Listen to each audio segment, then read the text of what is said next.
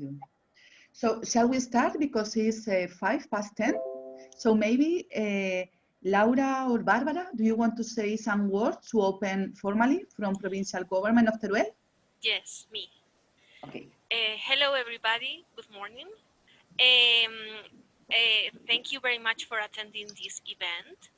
It's a strategy, a new strategy, but maybe more frequently we have to meet in this way. But we expect to have our next meeting together face to face that is more fresh, more active, and allow us to have more better contact.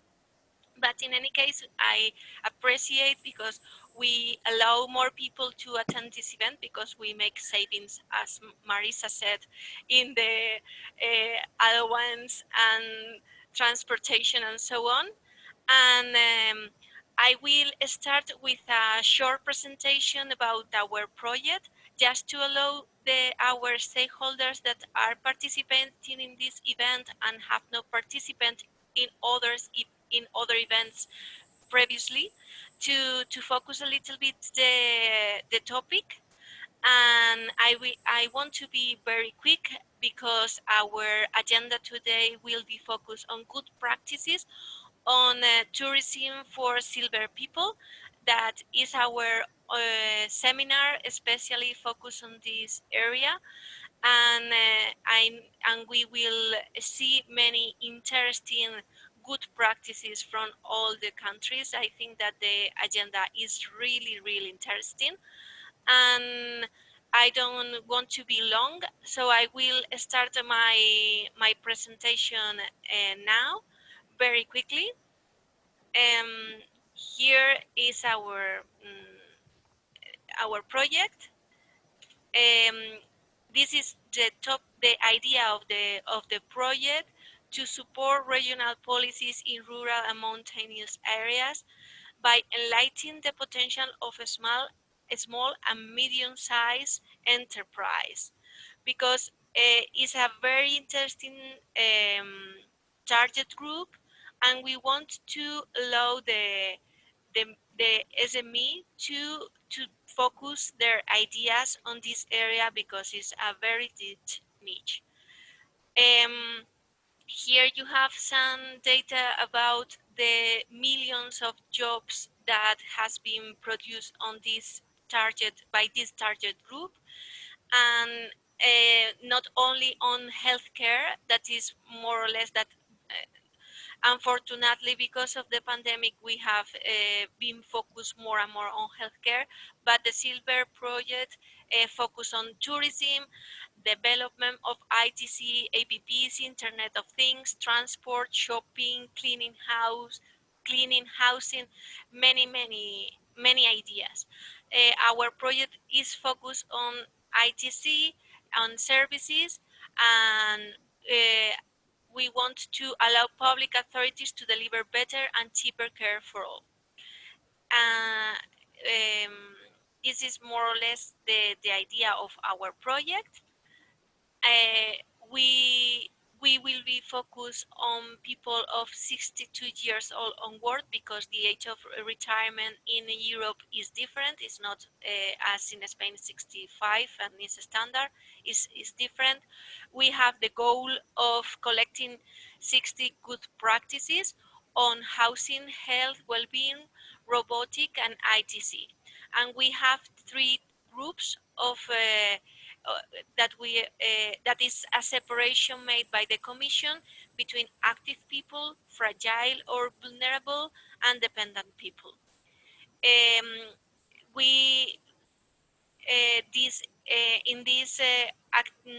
In other meetings we have been focused on these groups, but in this seminar is transversal because it's focused on senior tourism and accessibility. So we are not focused on any target group. We are focused on an idea of a strategy to attend these people in their leisure time. We have been doing an exchange of experience, and until now we have collected 64 good practice. I check on the on our platform, so we pass by 4 good practice the the the idea or the limit that we put in the application form. So congratulations, because at the beginning we thought that this number was very, very high, but with the effort of everybody, we cross and we pass this number, and I have to appreciate all the effort done during these years. We keep collecting good practice, because that's true, that the things are changing, and we have more and more interesting ideas. We will do a peer review of 18 good practice, and our next meeting will be in Belgium. And during this semester, we will start working on the action plan. That is our tool to influence on the political level. And we will develop local info days in our territories. The communication of Silver is really active, and we have a profile on Facebook, Twitter, LinkedIn, and our webpage is always updated. So that's all. Thank you very much to you, and I will give the floor to the next speaker that I'm not sure if it's Niels or not. Thank you very much.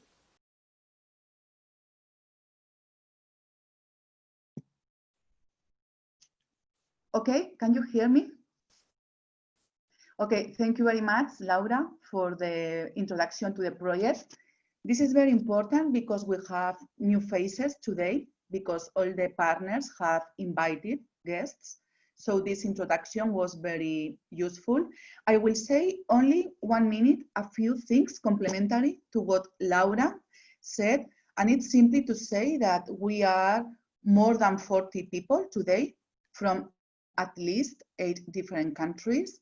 While Laura was speaking, I counted 50 people on the screen, so it's a good number. We are at least 50.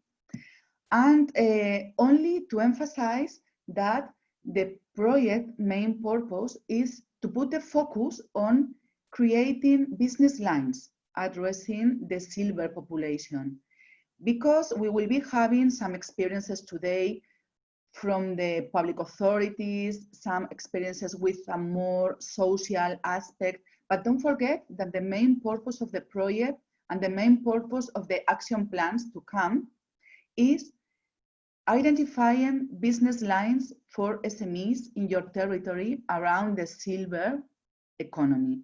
Okay? And only to say that today is the last meeting for exchange of experiences. It is the 4th and the last one. So this is the last time we will be meeting for this purpose. We will have 10 new good practices today.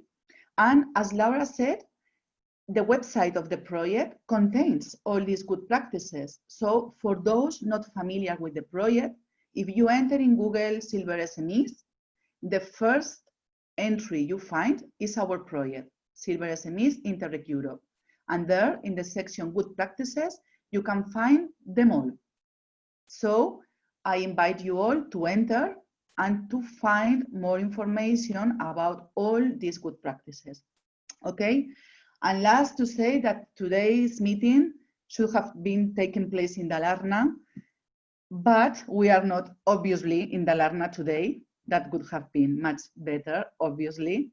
We don't refuse to go in the future to Dalarna, but anyway, let's try to make the most of this meeting, okay?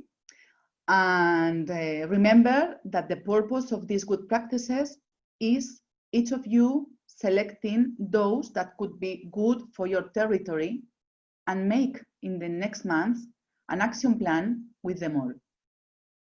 And now let's start with the main part of the day, that is the exchange of good practices. So we are starting with our initial host, that was Dalarna. So Dalarna comes first, and it is Magnus Björkman, that is going to to start with the good practice gamification Dalarna. Remember that as we are many people, for the questions to the speakers, it is better if you write in the chat, and Laura, Barbara, and me, we will be revising the chat and taking the questions, because it's a more organized way to do it, because we are many people, okay?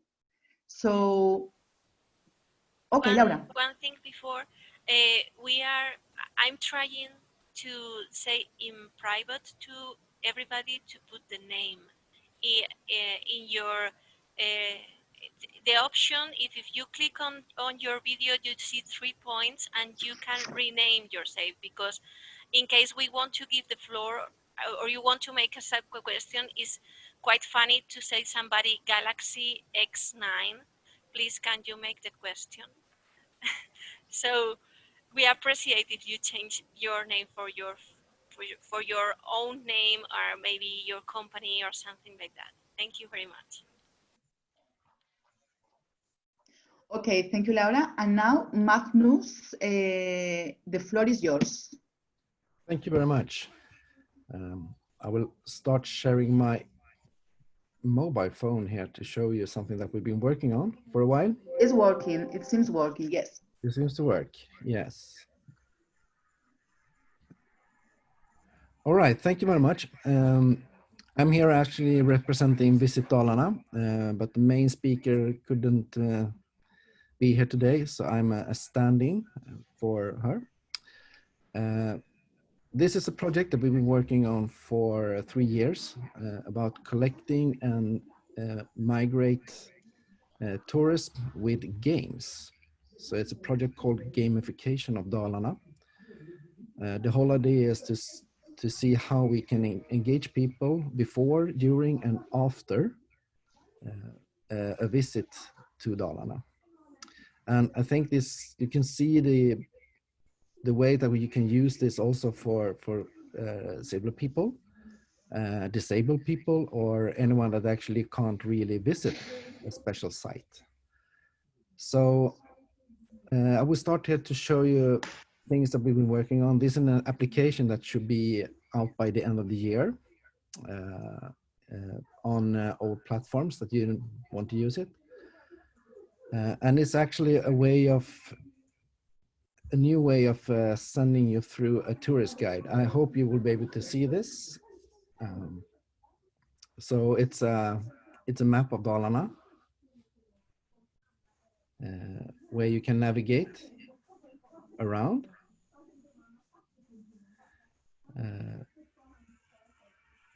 I say I need to do it a little bit slower here so you can follow me. It's faster on my screen here. So the whole idea is that you can be sitting home and start exploring what you want to see in Dalarna.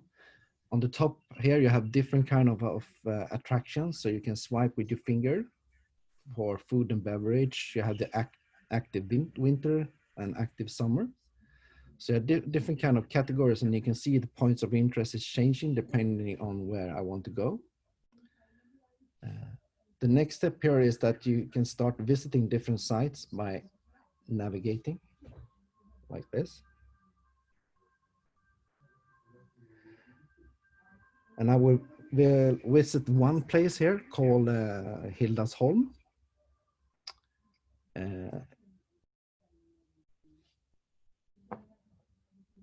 No, we can't. Something happened.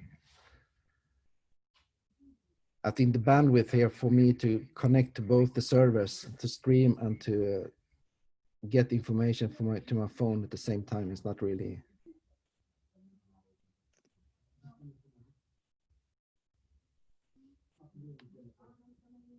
Let's see if it works this time.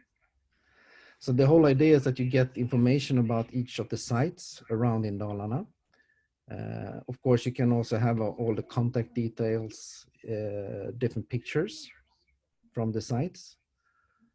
But what we also do is put another additional level to the visits. So the idea is that you can go through 360 tours, VR tours. So if you have a VR headset and you're not able to go to the house or to the place, you can visit it anyhow and get guided tours. So this is the first test of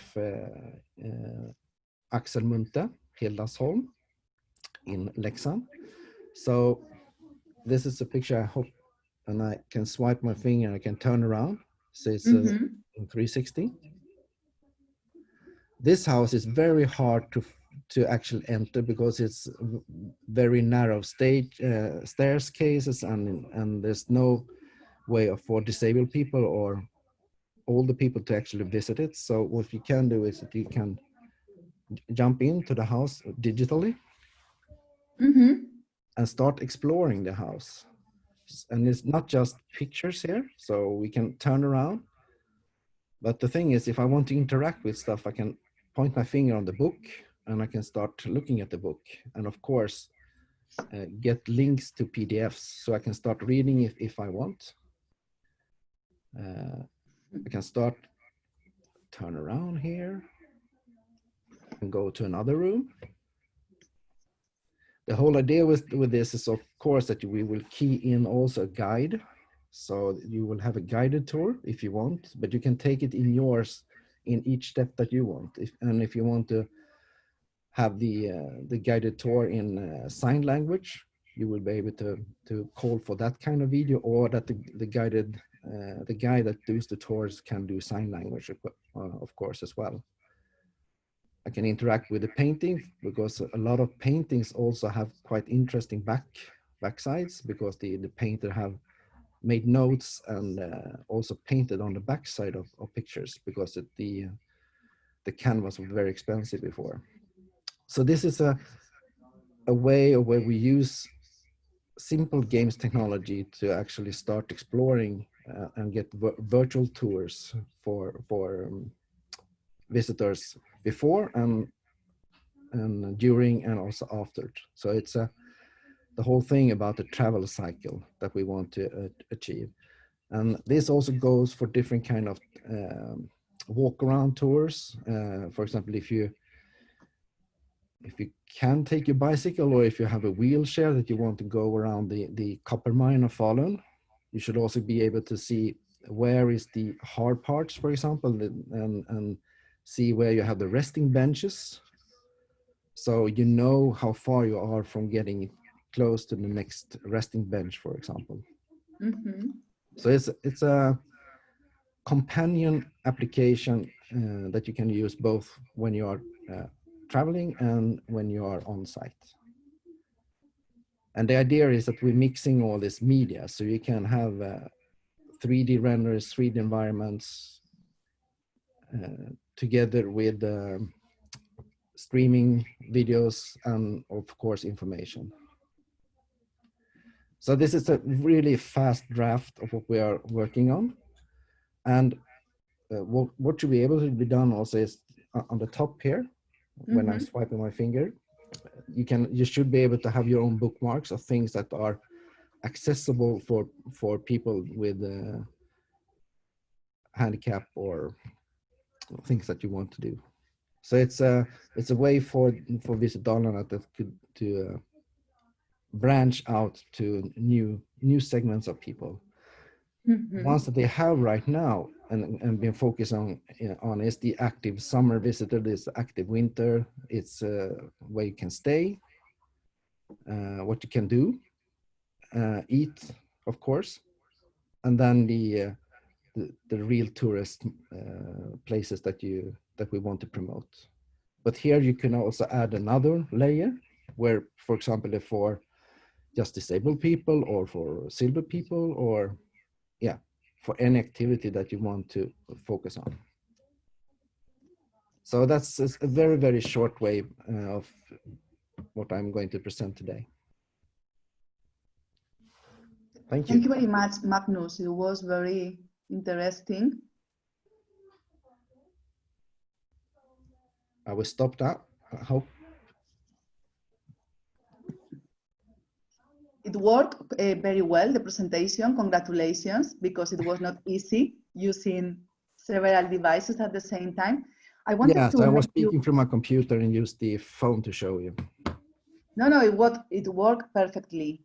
Okay, I wanted thank you. to make a question myself because there is no question so far in the chat. So do you have any feedback about if seniors are using the application? Because obviously it looks like very good for them, but do you have some figures about if it's more young people or middle age or seniors as well? We have 4 different focus groups, and it's, of course, it's kids and the families, and then and all the people, as I say, 4 different ones. The whole idea here is also that everyone should be able to use the same application. So if your kids is going to Hildasholm, they will be able to experience with the same application a total different tour, because they might be having a treasure hunt within the house, a digital treasure hunt, while the parents is viewing something else, and the silver people can maybe wants to know other things. So it's a way of tailor for different groups. I know they are doing the testing right now, so I think it's around 50 people, but we haven't got the results yet. So this just went out in August, so we haven't got it back. So it's very, very early stage. No, but anyway, with your answer, I see probably there will be feedback from them because this group, the seniors, was conceived by you on purpose. You had this group in mind when making it, so. Yeah, and the whole interface is also worth mention is that you should be able to use one finger, because it needs to be very, very easy to understand. So you should just be able to use your thumb or your pointing finger on the screen, and you should be able to get around in Dalarna by doing that. I didn't show now, but there's also GPS positioning, and so depending where you are. So if you are closer to things, will be able to get promoted things, news, and other things also in the application. Magnus, there are some questions. Yes, please.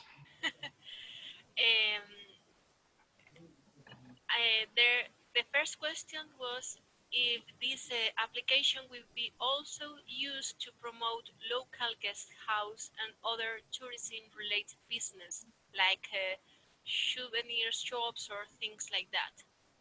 Yes, all the members of Visit Dalarna, the Visit Dalarna is a member organization. So you have over 800 companies that they will all be represented, but they have to do it themselves. So there will be a companion app for them, for the members, to enter the information they want to show up. So but that's because you want to have an active information, not old information. So it should be timed for everyone that wants to be shown in it. So it goes both ways. And another question is if you are wondering, or the team that works with you, about the accessibility of the application, in which kind of phones can operate, and if they need all the time internet connection. No, it's going to be mobile first or tablet first. The next step is maybe to put this on visitor centers, so you can have screens or tablets, touch tablets, where you can go and do this as well. The main focus is to have it on your smartphone or on a tablet and experience. Okay. Yeah. Here there is a technical question. If the application built on the basis of ARCGIS. Sorry, once again. Is the application built on the basis of ARCGIS? ARCGIS. It sounds like it's a format for something. Yeah. It's the application is built on actually on a game. If we want to go technical here, So what's going on is actually a real-time game in the backend, but that is then connected to the this database for Visit Dalarna called ZBES. So they have all the information stored in their own database, and that's also the database that drives the web page. Next, we connect to the cartography agency in Sweden, who have the rights for all the maps. So we draw that from their servers. So it's a connection of different kind of APIs, open APIs from the community and municipalities, from the map organization in Sweden, and also the source from Visit Dalarna. So it's a mix. But the municipality can also enter because they have a lot of open data for each of the municipalities, so they can promote and show what they want to show depending on the information they have. There is another question more. Are you also thinking on promoting hiding non-touristic places which have a potential for further development? Yeah, and that's up to the member to promote. Okay. If they are a member of Visit Dalarna, they can promote their own stuff. Mm-hmm. So when you come up, for example, with let's say a horse riding course that would take place in a week in the summer, you can promote that in the application. And then, of course, Visit Dalarna has a way of check that it's legal and everything is fine. So, and there's no nasty pictures of things coming through. So they highlight it and then agree that it will be promoted in the application. The last question is about the scale up of the application. Maybe you already said, because it's like a regional or county level, no? It's more correct because it's Dalarna County Council, no? Yeah, it's Dalarna now. We have interest from different counties in Sweden as well, and some international ones. So we are actually using the same framework together with UNESCO for the World Heritage Journeys to build an application for them. It's also on the drawing table, so it's a very early stage, but that there is a way that the UNESCO is using the same base system for showing the World Heritage Journeys. So it's also on the development. Okay, that is great. Okay, so, I think we need to move forward because there are a lot of presentations, and it's great having so many questions, but you all, through your partners, can continue contacting with Niels and with Magnus in private, so more questions can be answered after in a bilateral meeting. But I think we need to move because the purpose of today is seeing the experiences. So thank you very much, Magnus, because it was great and there was a lot of interest, as you can see. Yes, thank you very much. Please contact me if you want to see more or have your own demos. Or okay, get on. Yes. Thanks a lot. Our colleague Alexandra from Eurasante was having some problems of connection, and I don't know if she could solve them. She wrote me, but Alexandra, are you there? No? Just send the links to the meeting, so maybe in 5 minutes or something like this can join us. Maybe we can go on with the following speaker. Okay, Bea, so the board is your turn then. Hey, hello. Can you hear me well? Perfectly. Great. I will start sharing my screen.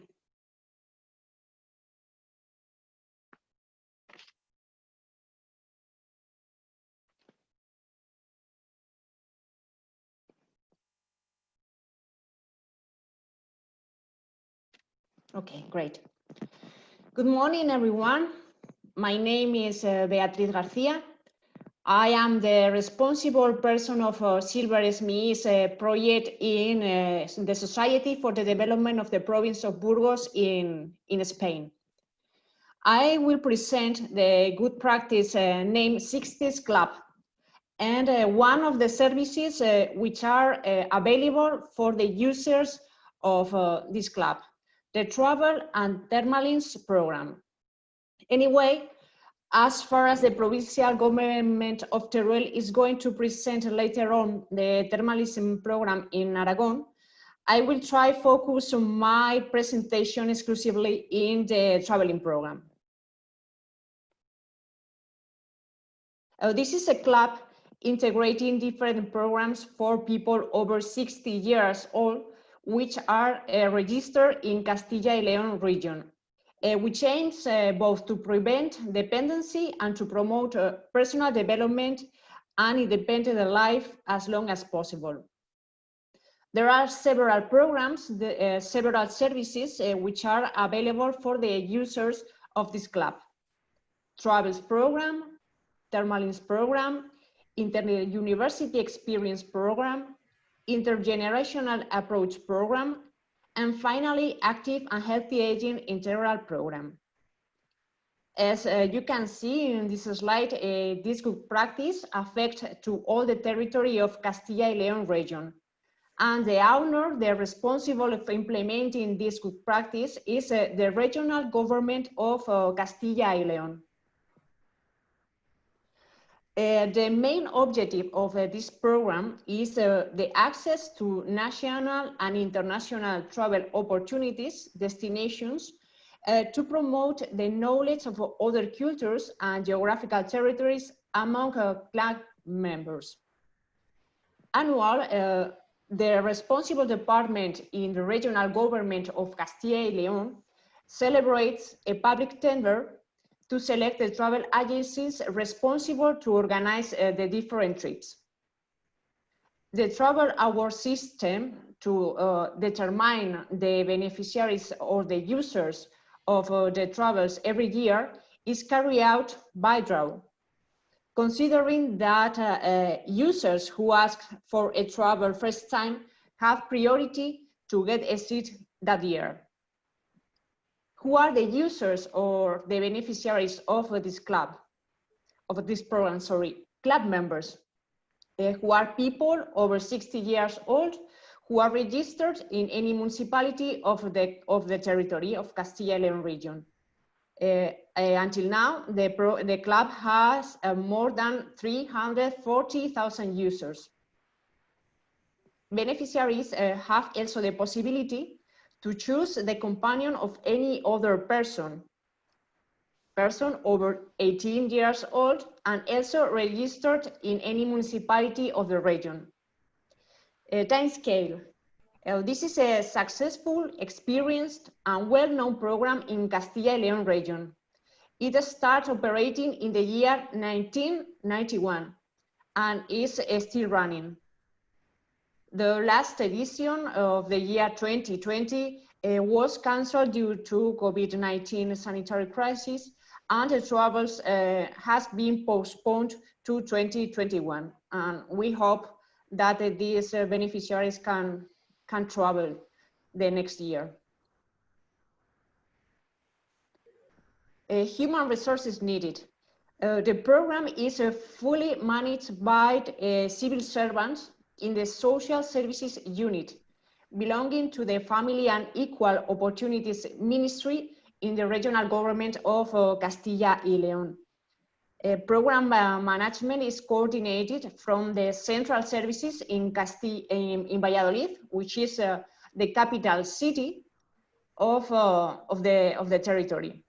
But there are other offices in the 8 remaining provinces in the region. Monetary resources needed. The program manages around 30 million euros every year. This is partially funded between the public contribution from the regional government and also partially co-funded for beneficiaries depending on the cost of the destination. Results achieved, as I mentioned before, this is an experience program, close to 30 years running. The program offers 34 different destinations in Spain, Europe, America, Asia, and the trips are organized in 2 different rounds, during the spring and during the autumn. Last edition, there were around 330,000 available seats. Actors involved in this good practice, this is a public-private collaboration. As I mentioned, the regional government of Castilla y León is the responsible of this good practice. Also, the users of this club are involved, and also Spanish tour operators, travel agencies. Indirectly, this good practice is involving other economic activities as hotels, restaurants, bus companies, official guides, tourism attractions all over the world. As you can imagine, this good practice has a high economic impact in all destinations. Key success factors of this good practice. The program offers quality destinations at competitive prices. Consideration of user suggestions. Destinations offered can change depending on the demand or the suggestions of the elderly. The program also strengthens relationships because it allows members to travel with their children, grandchildren, or anyone over 18 years old. This good practice also offers very well organized trips. These trips include the transport, accommodations, meals, official guides, excursions, insurance, all is covered. It has been very difficult for me to find a negative aspect of this good practice, but I can mention that the access to this program is only for club members. Anyway, being part of the club is quite easy. The application period is permanently open. It is for free. And it's only required the identification of the interested person and the certificate of registration. There are 2 options to send your application. It can be registered digitally or physically in the offices that the social services have all over the territory. Here we can see some nice pictures of users, beneficiaries enjoying their trips. And finally, here you have the contact of the responsible services of this good practice. That's all on my side. Thank you very much.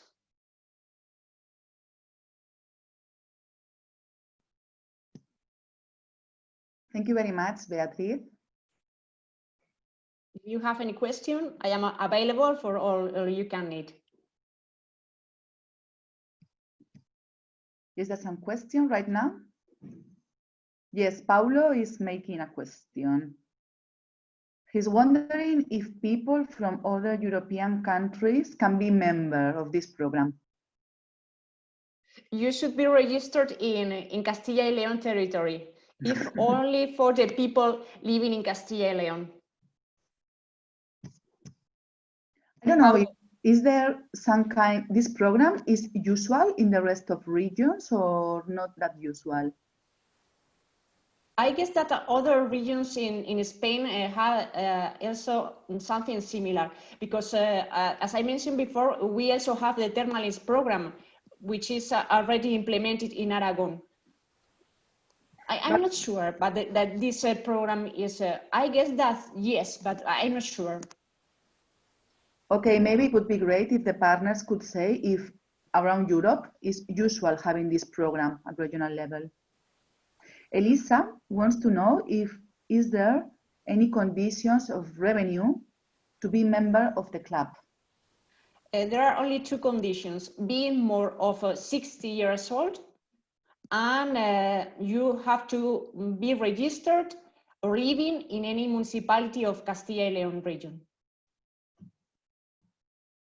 Maybe we can have the presentation by Teruel that is somehow linked thematically, and then we can have more questions after. Yeah, I will share my screen. Okay. We have I especially focus on our own strategies about silver tourism, and we have this program focused on thermal resorts, because normally are linked with a natural spring of water. It's not like a spa. I don't like to use this word because it seems like you install a swimming pool in some place. In the province of Teruel, there is a long tradition of taking medical baths. Before were not so trendy as this one with the swimming pool and the coach that is telling what to do. But since the beginning of the 20th century, we have a very well-known like hotels mixing this activity with the relax. This one is a letter sent from El Paraíso, like is the name in English is the paradise. That is a is also this thermal give the name to a suburb of one of the villages. So we have several thermal spring. We have around 4 in the whole province that are has been used in the, I think that's in the Roman Empire or something like that. But being honest with this hotel and all this, the idea that we have nowadays is from the beginning of the 20th century. So taking into account the tradition, the health of the retired people, and the seasonality of this touristic attraction, the provincial government of Teruel prepared a social thermal program. I'm only focused in the program of the province. That's true, as Beatriz says, that the Aragonese region has a program also. But I'm just talking about the provincial strategy that is a smaller scale. So the retired people in the province, living in the province of Teruel or having a house in the province and their partners. So we are not as open as the regional program of Beatriz. We just give this subsidy, I will show you afterwards, to people living here, so is registered in some town hall as as a person living in this place, or they own a house. So person with a second house in the province of Teruel are able to participate, and their partner, if the person married is not retired, can participate. But we are not open to granddaughters or to the son or things like that. The beneficiaries can obtain the 50% of the cost of staying in the thermal resort, and the maximum amount is 200 people per person. The goal of this project is to improve the quality of life of the retired people, allow the spa or the thermal to have less seasonality, because normally this activity starts in spring and autumn.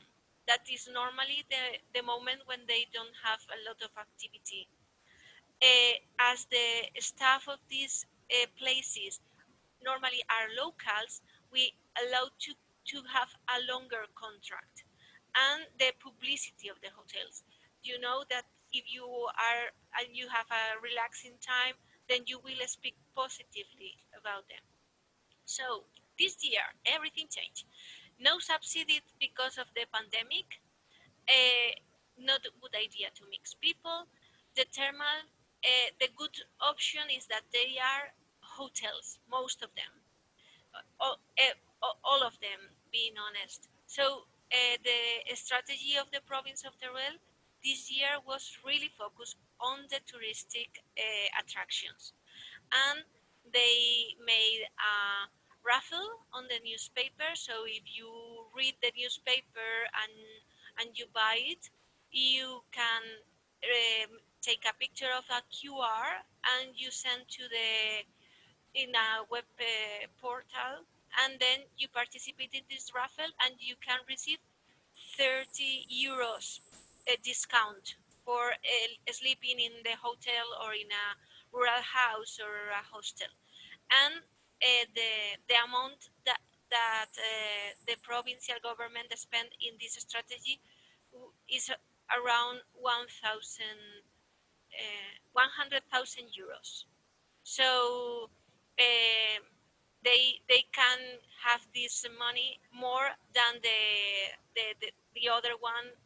Is less money, that's true, but it's not focused on retired people. It's open to all the public, so it is more open. The money that we have last year was 15,000 euros or something like that. Not very high money because not many people was asking for this program. So that's everything that I wanted to explain. In case you have any question with the program of Beatriz, we can explain something. Laura, I think Blandine. Yeah. Yeah, Blandine has one question for you. She wants to know if the subsidy based on medical prescription is based on medical prescription or any adult, older adult can apply for it. You need a medical prescription for telling that you must participate on this and for telling that you are able to participate on this. Because in case you have a limit or you suffer from dementia or something that don't allow you to be included in the group, or you have a special attention, you need this this medical prescription to tell if you are if they recommend you to participate and if you can participate in this kind of program. That's true. I forget to tell. Thank you very much. Some more questions for Beatriz or Laura. They expose programs from public authorities, one from the regional government, another one from the provincial government. If you want to know something else, you can ask now or write them later. Okay, let's move them. Thank you, Laura and Bea. And now we are having the presentation that you had in the second place in the agenda from Eurasante.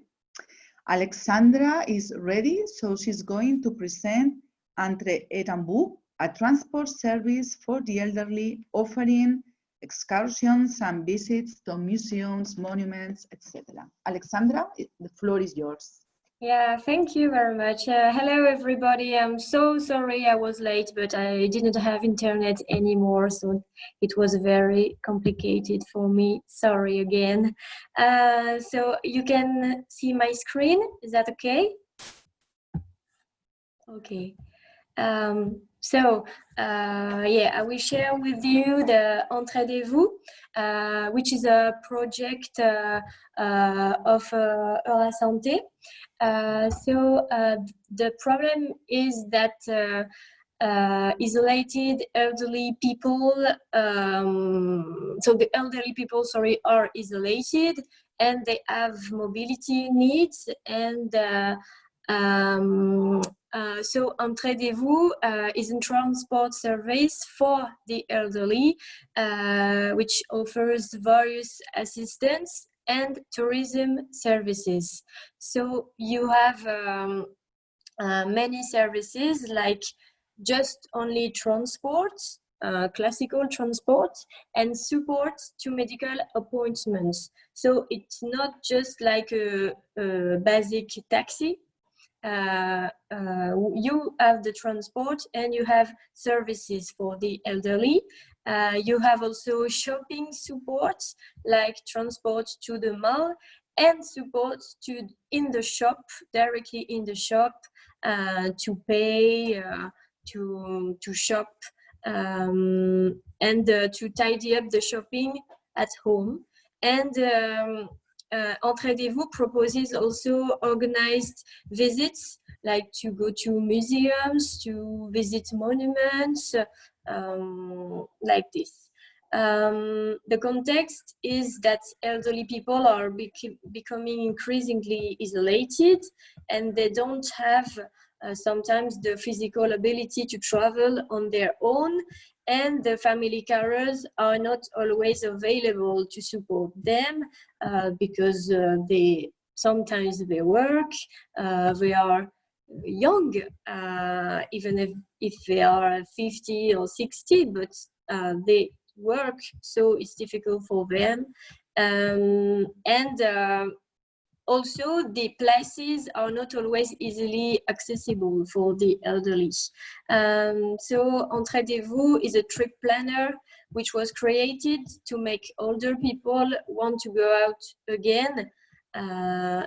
There are many options. You can go to the transport alone, to go to the shopping, for example, or you can go in a group for the visits, for example. So the objectives is to contribute to the better life of our seniors through a new range of services. And it's a relationship which is based on affinities to facilitate conversation, and a relationship based on trust. There are targeted impacts like contribute to the better living of our seniors, fighting the isolation of the most fragile, a job that makes sense because you help directly the older people, and to bring together the generations that have so much to share, because Entraidez-vous employed young people, and they help the older people. There are 3 offers. The first one is for individuals. It's 20 euros for an hour, and you have a trusted person for a daily driving and the support, like medical appointments, shopping, administrative help also, and just the time to be present and listen. The second offer is for nursing home. So the price is variable. It's outings for small groups. It's like an animation, but not in the nursing home. Each outing is designed and adapted to make them experience a day like no other, like museums, cinema, or a cultural trip at the local scale, maybe regional scale if it's possible for the people, and they go to visit. And the third offer is for collectivities, and it's an accompanied transport to bring isolated people closer to town centers and for shopping and medical facility. So the Entraidez-vous started to propose its services in March 2019. The human resource needed for now is one full-time job, just for the beginning. And it's a budget of 50,000 euros to launch a project of this kind, because you have to get the car, and then you have some materials to help the old people. So it's the budget to begin, but the COVID crisis and the lockdown here in France stopped the company's development unfortunately. The monetary resources needed is a budget for the car, also communication material like flyers, posters, business cards, and the fuel budget is very important. The actors involved are institutional actors like the county council, Lille European metropolis, but also mayors in the cities, big cities or small cities, and also the nursing home, because there is an offer targeted on nursing homes. So this project began in March 2019, and a few months later, in November, the first clients were born. But as I said, due to the lockdown during the COVID crisis, the company was forced to stop its services.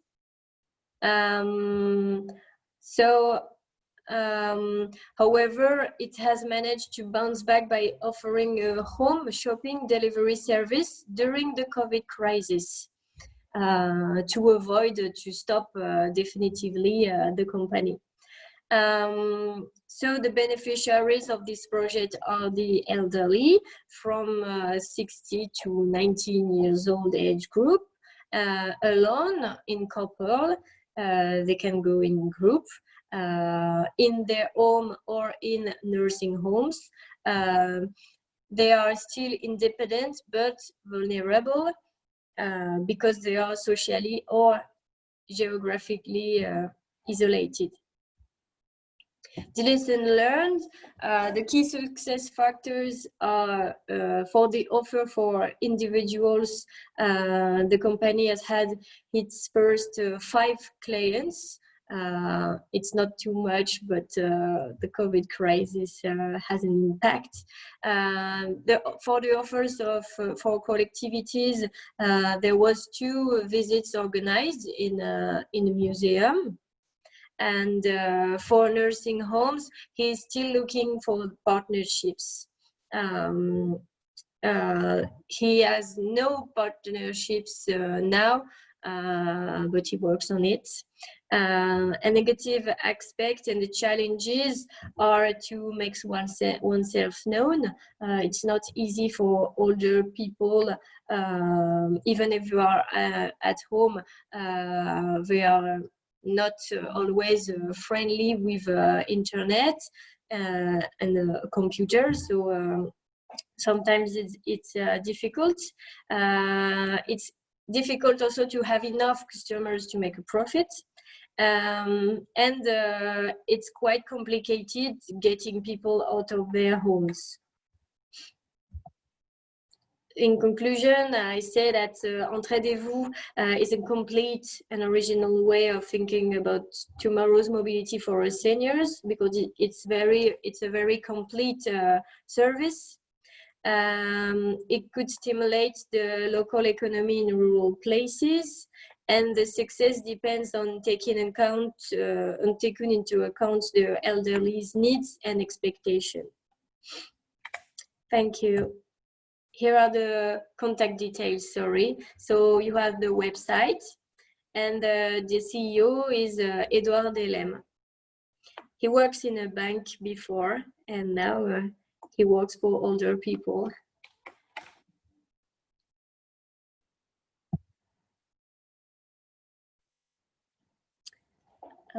Thank you very much. I see there are questions in the chat, but I cannot see the chat while I was sharing my screen. Sorry. where is the beginning? Where is we can not? help you, Alexandra. Sorry? The first question was made by Blandine. Blondine. She said, to be sure I understood well, the support to go on a day trip to a museum or a visit can only be booked by a nursing home, or can an individual senior or a group of senior ask for this service too? And so the support to go on day trip can be booked by a nursing home. Or can be a senior or group of senior ask for the service too. An individual senior or group of senior can ask for this service too. But for the nursing home, it's a little bit different because the day trip is more supervised by the people who transport the person, because they are more fragile in nursing home. The second question is from Elisa. How do you choose the trusted person? Which are the selection criteria? Which are the guarantees you provide to beneficiaries using the service? Okay, so for now, it's only the CEO that is the trusted person because he is alone in his company. Self-employed, no? Yeah, but I remember he said to me that he will employ people based on the questionnaire to know more about the people he employed. But I can say that he won't be sure if the people will be a good people or not. Honestly, I don't know how we will do it. Yeah, it's complicated. Yeah. Joaquin did a question about the service offers only transportation or can include other service such a guide for cultural tourists. The service can include a guide, for example, yeah, for cultural visits. It's really like you want. It's personalized as you want. Okay. Gemma did a question, is this project a local entrepreneur then? Sorry, I don't...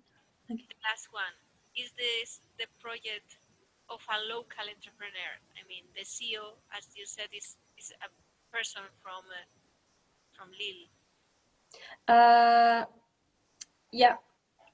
Yeah, he's from Lille. And I did a question because I get a little bit shocked when I read the service for individual stay and listen. Is that frequent to ask for this for this service? Because for me, speak a lot about loneliness. No, it's only the people only ask for a transport, but stay and listen is like you are in the car and the Blah blah car. Yeah, but there you don't you don't have only you stay, you go to the home of the elderly people and just you stay and listen his problem. No, you always have a transport service included. Yeah. Okay. That's good to hear this because I was really worried about the elderly people of this area. No. Somebody on the other line of the phone. But they are very, very isolated old people here, but it's not the service appropriate.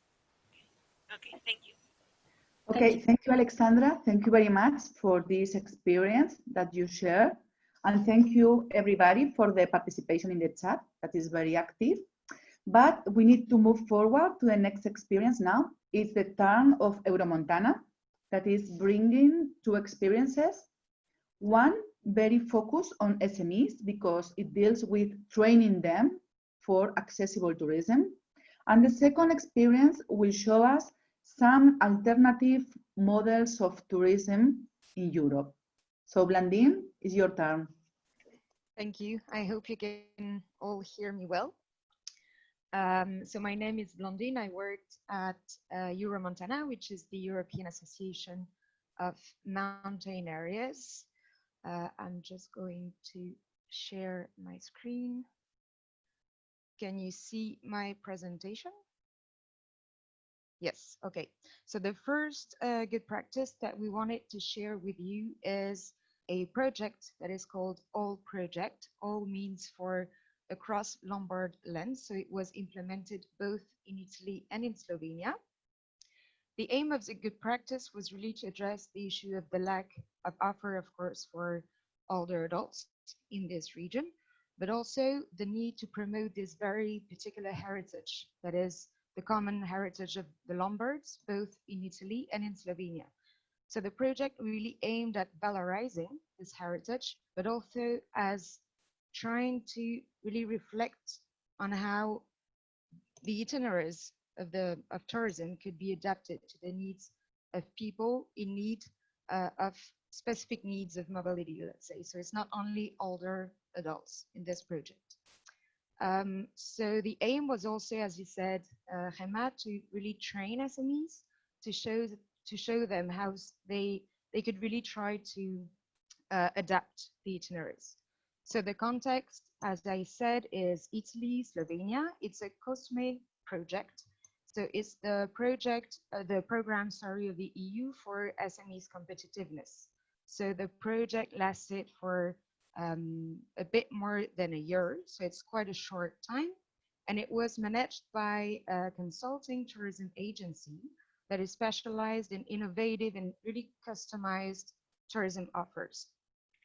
So what they did, well, first the actors involved, of course, is partners of the project, quite different actually type of partners, municipalities, museums, social enterprises, and also INAT, which is the European Network of Accessible Tourism. You might also want maybe to have a look at this because they have a lot of good practices on this topic. And together, these partners managed to involve more than 200 SMEs from the region.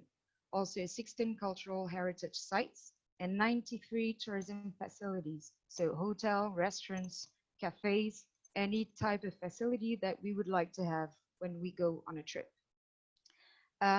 Together, they tried to have a look at what was available in the region, and they created 2 itineraries for seniors and other person with specific needs in terms of mobility in Italy and in Slovenia.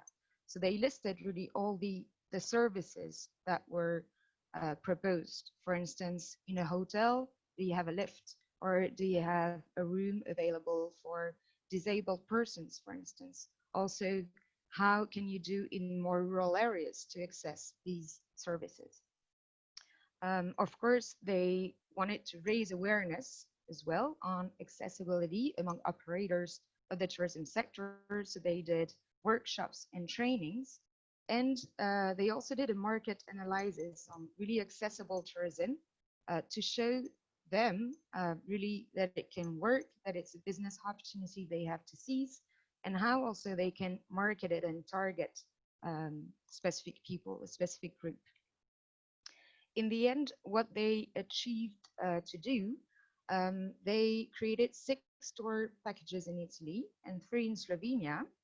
They all include a list, as I said, of services that are adapted to people. These packages are sold only by local operators of the tourism sector, but they are only sold upon demand from groups. So an individual cannot book it only for a couple of persons. The price is very different depending on what is being asked. First of all, of course, depending on the number of days of the package, but also on the quality of the offer. Something that is interesting, for instance, when we think about seniors, is that it leaves the possibility to people to ask for an example, for a 3-star hotel or a 4-star one. So it really depends as well on the comfort that people want to have during their trip. They also did an accessible tourism business toolkit that is available on the website of the project. It's quite interesting. They have documents, slides, videos, tips, and guidance on how to transition to accessible tourism, even in rural areas, and how really to market it and to sell it to people. Users, of course, they are any person with specific needs in terms of mobility or in terms of accessibility. So it includes older adults. It includes as well persons with disabilities, but also persons that can have a disease that complicates mobility, such as asthma, for instance. The key success factor of this itineraries in Italy and in Lombardia is really the fact that they managed to involve that many operators and SMEs and to train them.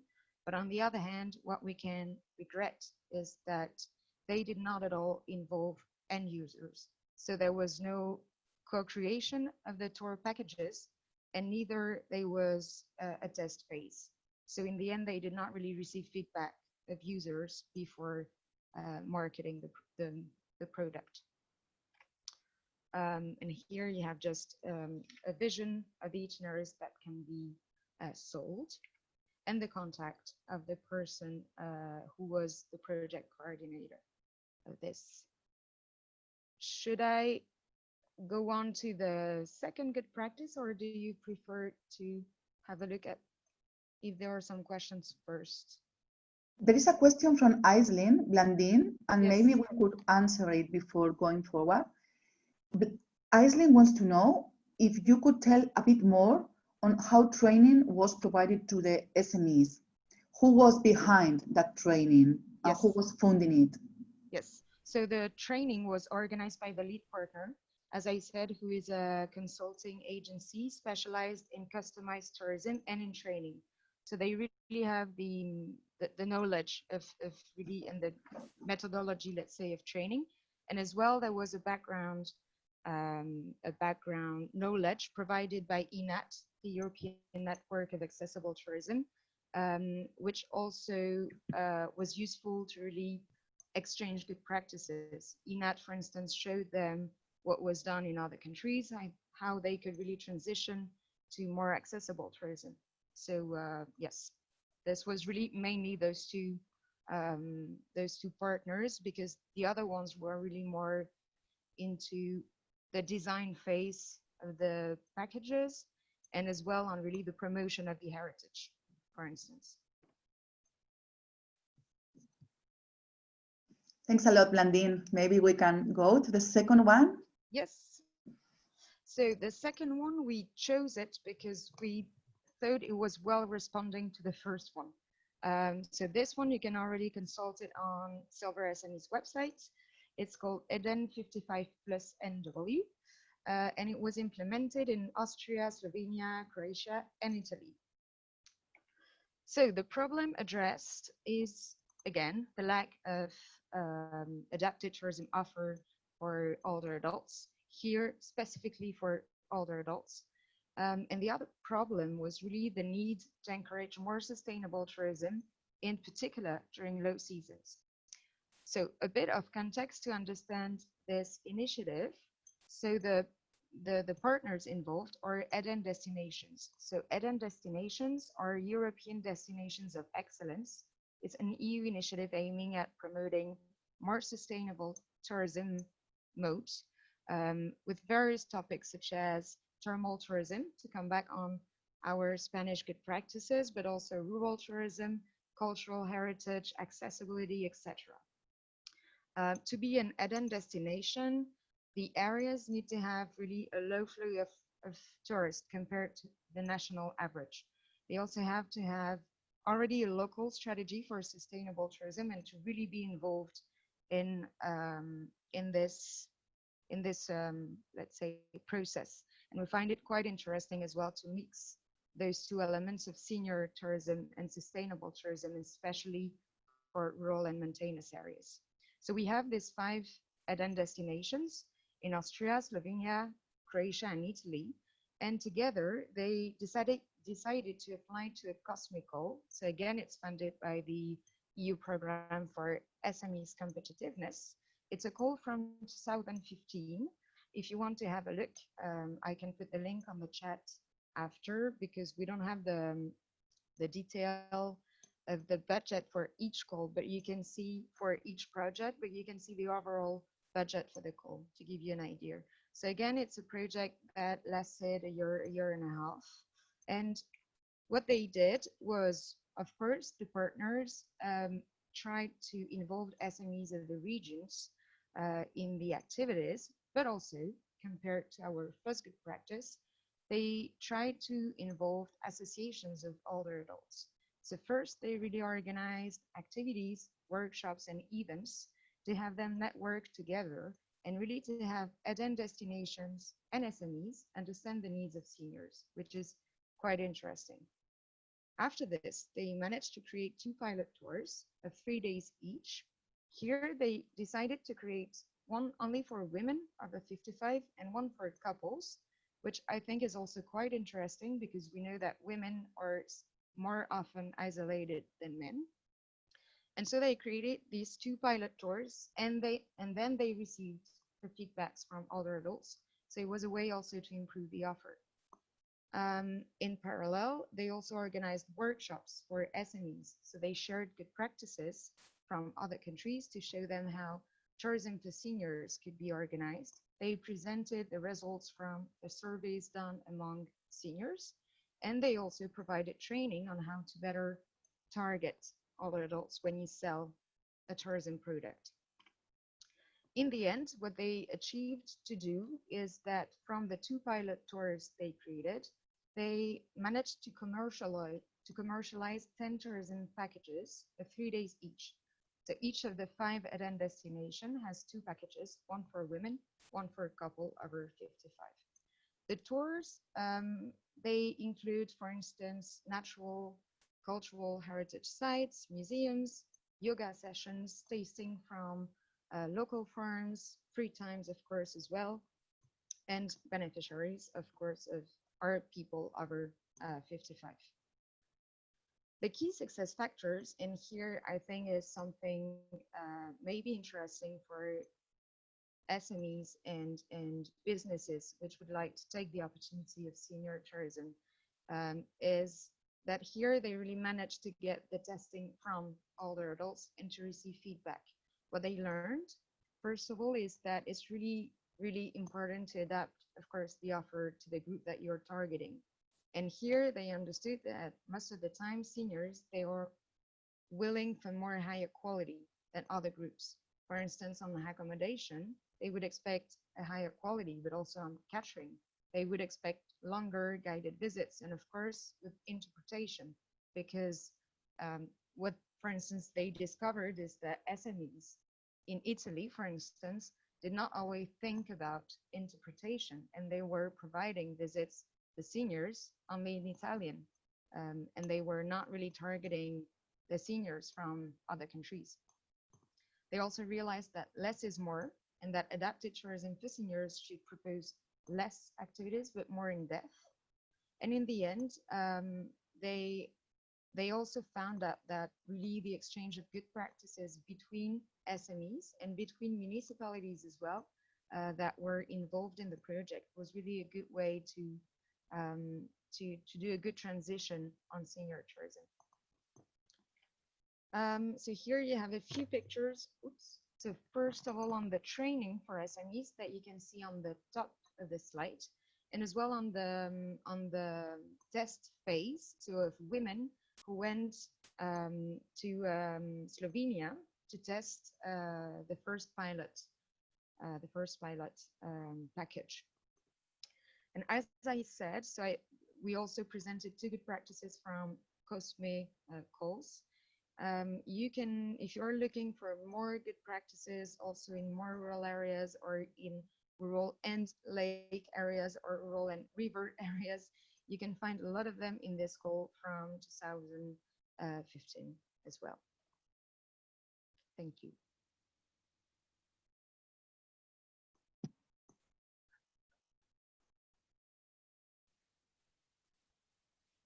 Thank you very much, Blandine, for these very specific experiences. I think they can be as a mirror for other partner territories to make something similar. So thank you very much. Probably in the action plans, maybe some partner is thinking of making something related. And for the rest, if you have some questions right now for Blandine, this is your chance. There is a question from Aislinn. I think that the question is about the first good practice. She said, can you tell us a bit more how training is provided to SME, who facilitates it and found the training? Laura, I think she answered before that question. Oh, okay. I didn't know, sorry. No, it's because it's a bit of a mess, the chat, because sometimes it's a bit confusing. Sorry, Gemma. I would also like to ask Blandine, who can sell tour packages from the first case? So from the first case, it's really only local operators in the region. So in Slovenia and Italy, you can find the list on the website. And so, yeah, they are the only ones who are able to sell it. So for instance, people cannot really book it online. They really need to go and ask for it on the phone or on Face. It is not like online that you can. No. Okay, thank you very much. Okay, Blandine will be available for you all if you have questions later or tomorrow. But now we need to keep the time and we will be in contact for questions for sure. But to keep the time of the agenda, we need to move with CIMABE and to listen to the experience from Portugal that Paulo is telling us. So Paulo, the floor is yours.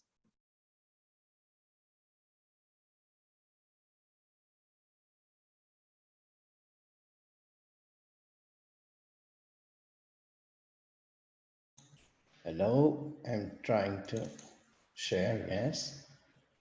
All right. Can you see the presentation? Okay. So we are presenting Inatal Foundation and particularly Senior Tourism Program 55 plus. It's Inatal. Inatal is a Portuguese organization that works in the areas of leisure, culture, sports and tourism, meaning that they have cultural programs, they have a large sportive program, but the main program is tourism. It was founded 85 years ago, so it's a long project within the frame of the Portuguese nationalist regime. It was called FNAT, I still remember that. I'm 55 plus. And it was the foundation for the joy at work, a very common thing among nationalist countries. But in 1974, when it got democracy, it was considered useful because it was interesting as an experience. It was transversal to social levels and economic levels, so it was a good experience. So it was maintained. They just changed it for Inatal. It has 16 hotels, 2 campsites and camping sites. Other units, including a theater that is devoted a lot. It is in Lisbon. It's Teatro da Trindade, and it's devoted a lot to maintain a program for seniors. Going directly to the Inatal 55 Plus is a program designed to create access for people older than 55 years old with a strong discount. And it was designed particularly after 2018, when we had in Portugal these enormous forest fires that destroyed most of the center of the interior center of the country. It was all burned, and so the economy was collapsing there. And Inatel moved and created this project to help small hotels in the area to receive people, to receive their clients, because Inatel is a very large institution.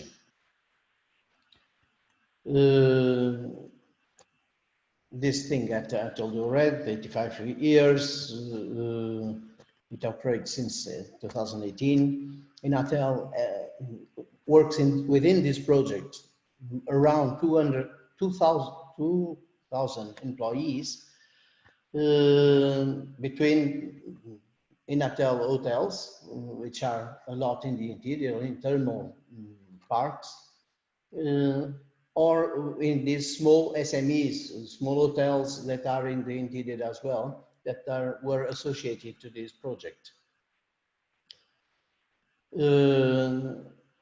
It has a large budget, this project, 9 million euros, large, more or less, within this frame. It's funded by the Portuguese state, by the European Union, and by the foundation itself. The foundation has 190,000 associates, I'm not wrong. Yes, 190,000 associates. It's in this now, in this slide. It allowed 21,000 tourists, silver tourists, most of them with limited resources, to have vacations in the country interior. I didn't place here another achievement, which is the fact that it allowed a lot of hotels that were not destroyed by the fire, but that the landscapes that they were offering, which was the main attraction in the interior, destroyed, to survive those years. Actually 2 years, because this year everything collapsed within artillery, and Inatel worked as, all their units worked as a back support spaces for COVID in case they are needed as hospitals, adapted hospitals. So more than users and beneficiaries and stakeholders, more than 21,000 senior beneficiaries in 2019, only 8,000 in 2018. I'm not saying that year, but more than 190 associates that were involved, because somehow they also paid. It's not expensive to be a member of Inatel. You have to pay a fee of €5 annually, a very small fee, and then you have to pay another quota of 10 to 20 euros, meaning depending on your income annually as well. So it's not expensive to be associated, but it pays for a lot of this infrastructure. As I said before, more than 50 adhering hotels, including SME tourism units. Lessons learned. Well, the key success factors were the fact that we had this very strong structure, state-oriented, though privately run by the association, which is independent from the state. A strong financial support from the Portuguese state and the EU through the European Social Fund. Negative aspects, it's a short experience, but we had this feedback from Inatel that these people that attended and were candidates were less demanding than the usual candidates, and because it was cheaper to be there, so it was open to poorer people with lower educational levels. Since they were less demanding, things like the cuisine, the kitchen, were a little bit lower in quality, which is a circular effect. Another negative aspect is that ESF funding has temporal limits, so the program has to look for financial sustainability, which is a thing Inatel does quite successfully since it has already 85 years, and it was not always supported by the state directly, not in all projects. What it has is a very strong infrastructure given at the beginning. And particularly, places are few for so many associates and candidates. Waiting lists sometimes are of 3 years, so you can apply but not have the place for the vacations. Well, challenges are to raise quality standards, create a broader network of partners to allow more places and reach financial sustainability. And also in photographs, these are historical ones. You can see the FNAT here in the bus, and it's an institution for retired workers particularly, but it always included families. And it was, for instance, this photo in the upper left was one of the first hotels in Algarve, when Algarve was not a touristical region at all, and they were opening there for the workers of the country. These are other units. As you can see, this underneath one was an old hotel falling apart, and they bought it very cheap and recovered it. And they have these kind of units which are very interesting, but they also support the small hotels in regions.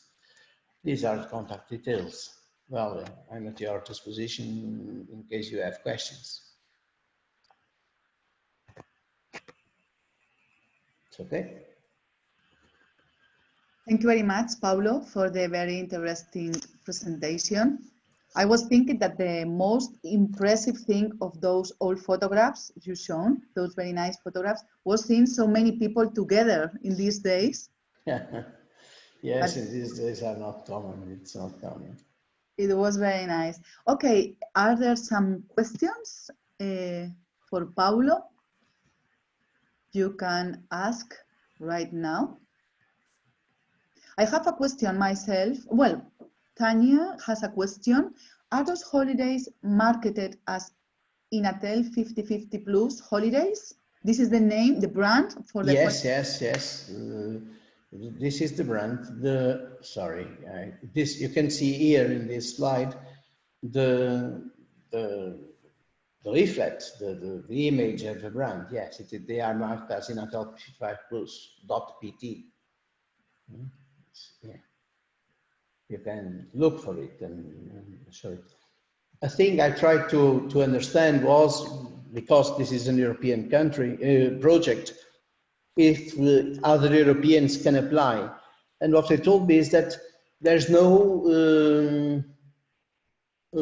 tradition, but there's no opposition as well. So if you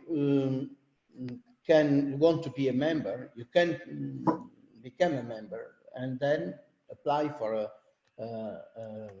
space in one of these hotels with very cheap prices. So it's a thing open to seniors all over Europe. What you have to have is the income tax paying reference, so that you will be scaled on different prices. But anyway, it's open to all Europeans. Mm-hmm. Paulo, do you foresee any innovation in the program in the coming years? Because you mentioned that it was a bit stable, like low innovation. Yes, I do not foresee innovation in the coming years, because nobody knows how the coming years will be. But this project was going on very well, and thermal spas that were associated, being part of this network the Inatel network or of the 55 plus network, they were getting stronger. But now we are not only having this pandemic, we also are having the economical crisis ahead. So funding will disappear and probably it will be stopped. This thing happened before this project with Inatel, not open to associated small hotels, SMEs, but with their own network, and stopped several times because of the funding. Yes, but it's so we do not see how it will evolve. We cannot see how it will evolve now. But if it opens to even more and more small hotels, hostels, and areas like those, it will be very interesting for the interior particularly. Okay, thank you very much, Paulo. It was nice hearing it. And now we are moving to our friends from Lubuski region that are sharing their experience. Yes, hello. Hello, Katarzyna. Yeah, can you hear me? No, not very well. There is some echo. Or maybe now it's better? Much better. Okay, I'm trying to share my presentation now. Can you see it? Is it okay? Yeah. Hello, everyone. Thank you for having me here. My name is Katarzyna Jaworska. I represent travel agency Exodus from Zielona Góra, Lubuski region from Poland. And in this short presentation, I would like to show you the cooperation between my company and the University of the Third Age. Here I will use a UTA in organizing trips for seniors.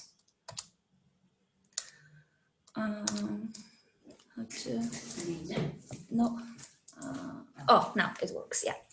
So, as we all know, the problem that senior population encounters daily is the kind of dichotomy between the desires to be socially active, to feel a member of the group, to avoid feeling lonely, and to broaden mind all the time. And on the other hand, we have a daily struggle. So basically, first of all, the limited financial resources, mobility problems, also both in terms of health condition that is deteriorating and the means of transportation, and also the usually poor orientation in the new technologies that can serve as a source of information for seniors. So already 30 years ago, my company, Exodus, that is a micro enterprise, a family-owned company, started a cooperation with UTA, that is a non-profit organization from Zielona Góra, from the same town, that associates nowadays around 1,000 members. And our objective is to provide tailor-made tours for seniors that respect the needs and limitations of this particular group. So we've been cooperating already since almost 30 years, and we organize annually at least one longer excursion of multi-days and multiple one-day excursions. And they are different categories of the tours. They focus on relaxation or health improvement. For example, excursions to thermal pools. This topic already appeared today. Then we have a cultural participation, so tours to like opera exhibitions, etc. Sightseeing, lifelong learning, so tours to local attractions or workshops. But also there is another category that is common celebration for those who feel lonely, that don't have families. They can also participate in a tour organized, for example, during Easter or Christmas time. So there is a contact person both in Exodus and in UTA. So we are in touch to discuss what are the options and what are the requests of the group. And Exodus is, of course, staffing the tour. So we provide a qualified tour leader, 1 or 2 bus drivers, and local tour guide if needed, or actually everything, wherever is needed. If it comes to the money, one-day excursion shouldn't exceed 50 euros per person, and the cost of multi-day tour reaches up to 600 euros per person. And usually the cost of the tours is covered by the seniors on their own, by themselves. Not very often, unfortunately, UTA is able to get a grant from an external institution. So then UTA is able to co-finance the project. And also Exodus tries to help the members of UTA by donating vouchers for an annual lottery. So we are sponsoring the excursion for the winners. So there are multiple actors involved. Of course, Exodus is responsible for the whole logistics, and we are preparing all the bookings needed. We are planning everything. UTA coordinates between group and Exodus, so we know exactly what is the requirement and expectations of the group. And of course, there are many external partners, insurance company, external partners, and if the funding is included, there's also a funding institution. So we are very proud that this cooperation has been very successful since last 30 years.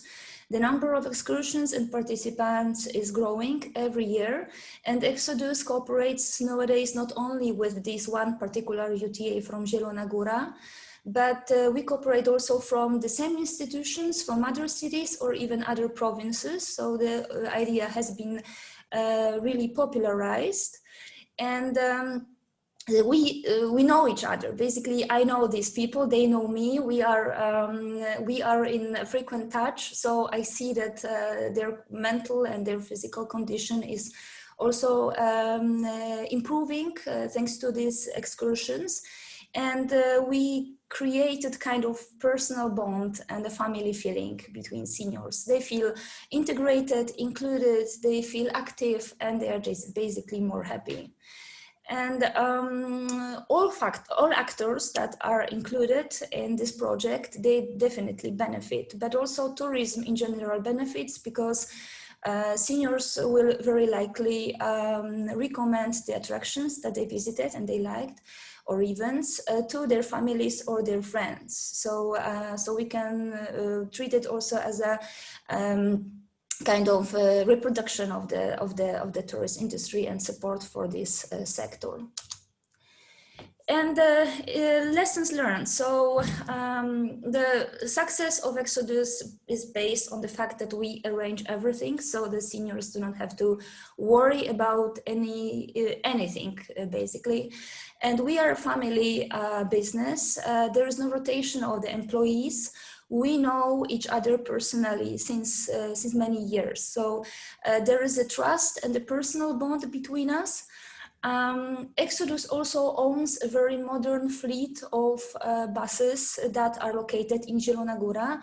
So we are able to pick up seniors almost directly from home, and we bring them home. So the issue of mobility is reduced, the problem of mobility is reduced. We always guarantee the best possible rates, because the money is an important factor. We always negotiate the best possible rates, all the discounts, etc. And as I already said, we know these people very well, so we can be proactive in offering them nice programs. We know what are their expectations, and we try to be creative to be just to prepare an interesting offer for them. If it comes to the negative aspects and challenges, of course, the deterioration of health condition is a challenge. Then the fear of coronavirus, it's a very big problem this season, and seniors are especially affected. So we need to consider this also. The very big problem is money. Pensions in Poland are very low, and no public funding is provided for these projects. It happens very rarely that the UTA is able to get any grant for co-financing these projects. The prices in tourism are in general rising, and another factor is that these tours are exclusive for UTA members. So to become a member, you need to be proactive yourself. You need to take some initiative and sign up for UTA and get involved. So here are some photographs. For example, here the European Parliament visit was it was co-financed by the City Council in Zielona, but as far as I remember, that was the only project last year that UTA received a public grant for.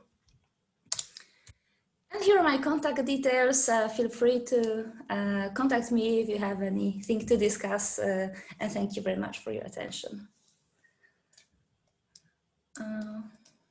Yes. Thank you very much, Katarzyna, because it was purely a business experience. Thank you. On the part of the family. So it was very good listening to this experience. Thank you very much.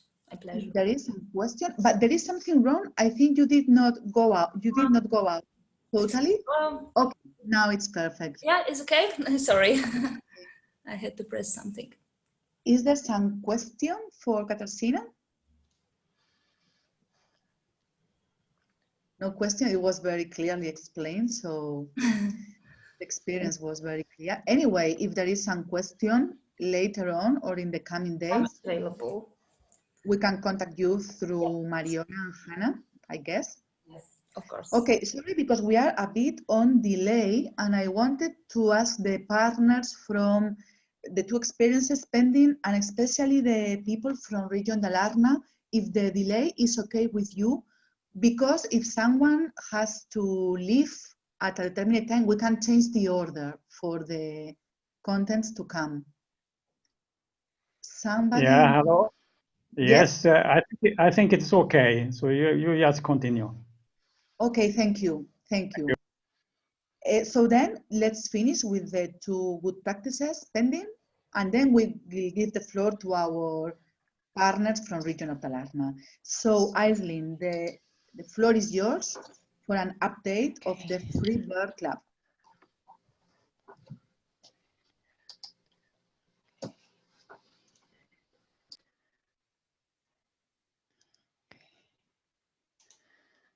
Okay. Can everybody see that?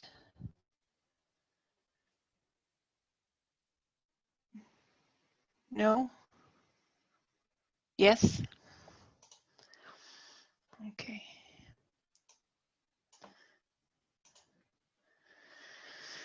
Okay, good morning everybody from a wet and miserable morning here in Ireland. I'm sure it's a lot nicer in Dalarna, and we're sorry that to Niels and our friends in Dalarna that we are not with you this morning. So in terms of the Freebird Club, this is a good practice that was already presented to the partnership in Slovenia. So they're given the theme of this seminar around tourism and the interest in coming back to look at this good practice. I have contacted my relevant contact in the Freebird Club, and she's given me some information on the update around it. And I suppose, you know, like many tourism sector companies, they've been strongly impacted by COVID-19, and this company, this small micro enterprise, is no different. I suppose just to put a bit of context on this, I looked from an Irish perspective at our National Statistics Agency, and tourism is an important sector to Ireland, like many other EU countries. And I looked at the statistics. Between July 2019 and July 2020, there was a 90% reduction in visitors arriving into Ireland, and there was an 87% reduction in Irish people going abroad. So that is a huge, huge, you know, that's a huge, huge impact. And we're going to see that through our GDP figures, our national economic growth figures, you know, in the next 6 months or so. Okay, and I'm sure the picture is very similar across Europe. Sorry, Aislinn, I think there's something wrong because we cannot see you and your presentation is static. I'm not sure. Is it okay now? It's because we are in the first slide all the time and we can hear you, but your image is frozen. Okay. Is this, because I've moved on to the second slide now. Can you see that? No, it's the first one, the title, all the time. Okay. Now, Okay, now, let now me see. we are seeing it. It might be a delay, maybe, perhaps. Okay. My apologies for that. Okay, so some of you are familiar with this good practice.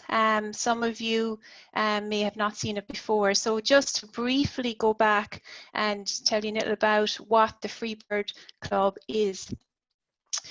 It was set up in 2017 and essentially it's a social travel and homestay private club exclusively for those who are over 50. But I suppose the key unique aspect of this good practice is that the hosts socialize with their guests. So their guests stay in their homes and they basically socialize with their hosts. So I suppose, you know, it's different to Airbnb where the occupancy tends to be vacant, okay? But this specific unique aspect of this good practice is that hosts socialize with their guests.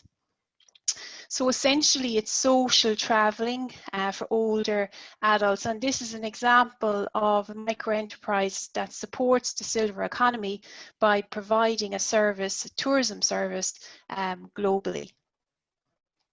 I'm just moving on to the third slide now.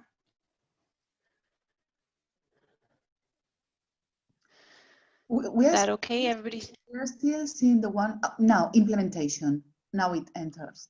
Okay. Okay, good. So just to give you a background in terms of the funding of this good practice. So this is a private micro enterprise and they have a two-pronged approach to their funding. The first is membership fees. So this is a private members club that is available globally and each member pays a once-off €25 fee.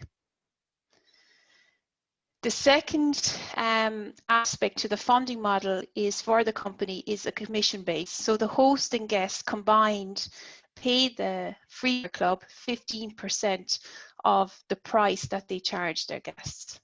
Okay, so that's how this private company basically makes their money. The host then can earn an income between €25 per night to €300 per night. And this is very much dependent on the market price of the area. Maybe it's a rural area, maybe it's an urban area. So it just depends on the local market price. And then the Freebird Club gets 15% of that. The Freebird Club has 4,500 members globally across 80 different countries. And the hosts they have between 150 and 200 hosts across 40 countries. Okay. So just a bit of an update of information. So moving on to the next slide now. Since COVID-19, so I spoke with my contact in the last week or so, and in terms of how they've been impacted by COVID-19 and how their business has been impacted. And I suppose, you know, when this hit, in Ireland's case, it really hit February, March of this year. You know, a lot of companies, a lot of SMEs and micro enterprises, you know, maybe this is a short term, you know, this is a couple of months, 5-6 months at max, and we'll get back on our feet and, you know, things will go back to normal.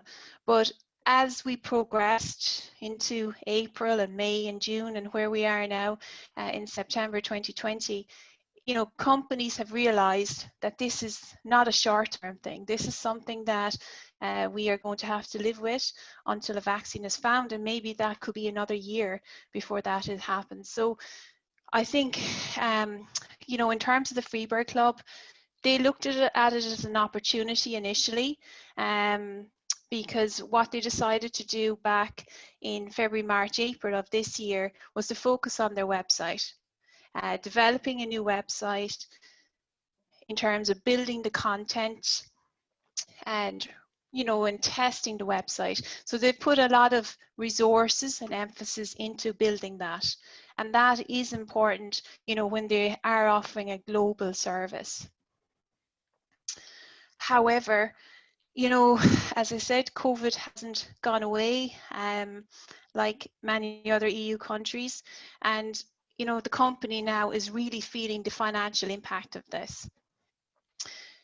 Unfortunately, they have a number of bookings cancelled, as you can expect, in terms of, you know, people aren't traveling. And based on the statistics I gave you at the start of the presentation, you know, 87% drop in departures between July 19 and July 20. So the statistics speak for themselves.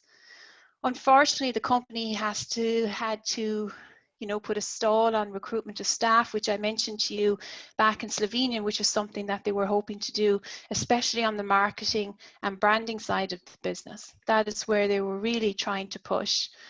And unfortunately, they've also seen a slowdown in investors. The Freebird Club has won many national and international awards for their company, and they have received a lot of interest from potential investors.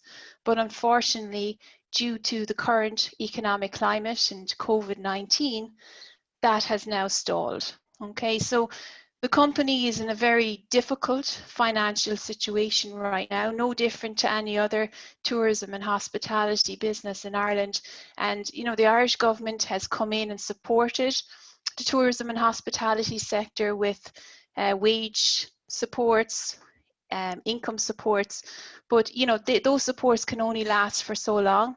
And, you know, the Irish government can only fund those supports for so long. So I think it's going to take a while before we really see the impact of COVID-19 from an economic perspective.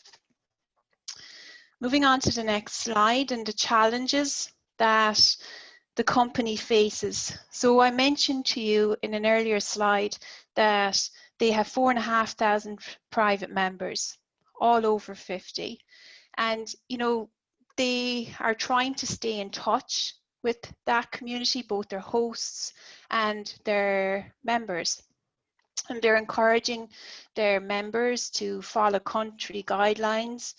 And I suppose trying to be optimistic and perhaps look forward, perhaps to 2021, when they may be able to look forward to plan, you know, a holiday from their armchairs, so to speak. But a challenge they are facing is, and this has come out through the project over the last year or two, is weakness around digital knowledge. And, you know, those members are over 50. Some have a lack of knowledge around social media. And, you know, while they would love to have an online meetup, you know, with different members and hosts from various countries, they're not in a position to do that because of their lack of knowledge. And unfortunately, the Freebird Club hasn't got a platform to support that.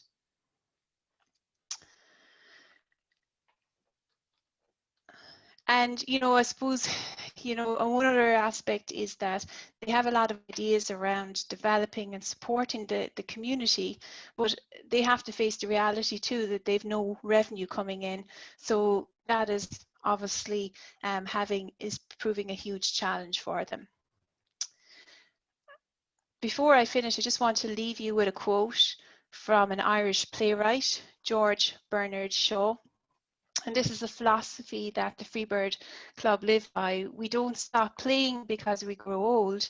We grow old because we stop playing. Okay, so thank you very much for your attention this morning. Apologies if there was any difficulties in that presentation from a digital perspective, and more information on the Freebird Club is available on the Silver SME good practice platform.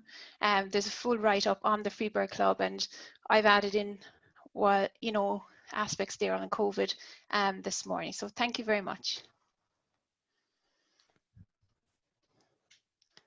Thank you very much, Aislinn. Finally, we could see perfectly the presentation despite of the problems at the beginning. So don't worry about that. We got it.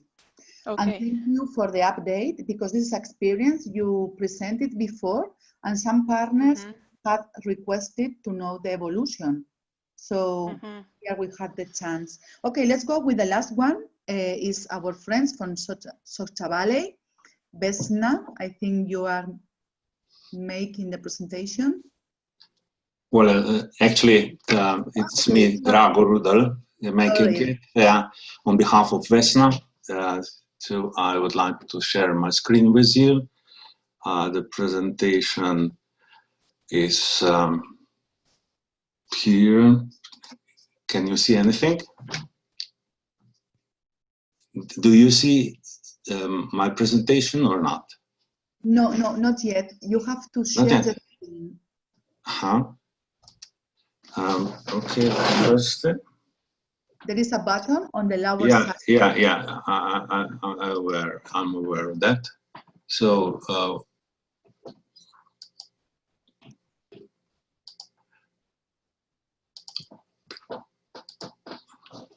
I have some difficulties clicking on allow button.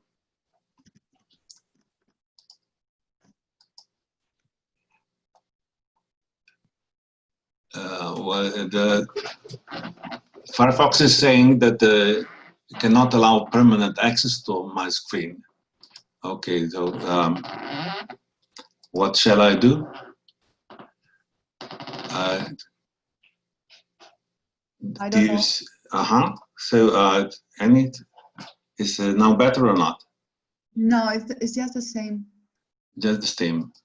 So, is there anyone from Dalarna who can help me? I send them the presentation. Send us the presentation, and maybe we can try to share it for you. Copy paste it in the chat, and we can. Perhaps we can do it later then. So I think it's better we go into the other presentation. Yes. Okay, we are going to the presentations from Dalarna, Drago, so you gain some time and you can send it by email to Laura, Barbara, or me, okay? Yeah, okay, thank you. Okay. Sorry for that, yeah. We go to the part of region Dalarna, and then we go back to you, okay? Yeah. Okay, so welcome, Birgitta. Sorry for the delay in this session, and the floor is yours. Thank you. I'm Birgitta Sacredius, and I'm the regional councillor of Dalarna. And I want to welcome you all to Dalarna, I hope, next year to 2021. It will be a pleasure to have you here physically. But right now we are talking to each other through the digital. And I just want to give you a brief in what Dalarna is. Dalarna has the size as Belgium, and Belgium has 11.5 million inhabitants, and we have 290,000 inhabitants. That means we have a lot of space. And that is a fortune to have space when you are a touristic area, because now we have the North European largest ski resort area. But we have done a lot of in industry. We had the one old copper mine, and you will hear more about the World Heritage around this one. And that was the oldest incorporated company at that time when it began. And also Sweden is the country of innovation in the EU. They say that we are the #1. So you will have also now a little information about our science park. So we can show something what we do there. But what I'm very proud of, I'm from a little town called Mora. And there they make the little Dala horse that has become the symbol of Sweden, actually. And so we are proud that we are making the symbol of Sweden in our region. So now I give the floor to the different presentations from Dalarna. Thank you very much. Thank you very much. It was a pleasure. Okay, so I think we could go before Ulrika, yes? And we sent you the movie, Laura, so maybe we start with the movie and then we have our presentation. Yeah, we sent you the link in the chat. Perfect.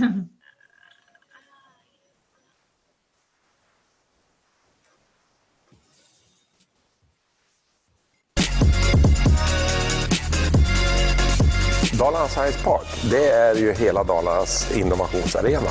Det är ju här vi vill att innovation och förnyelse ska frodas.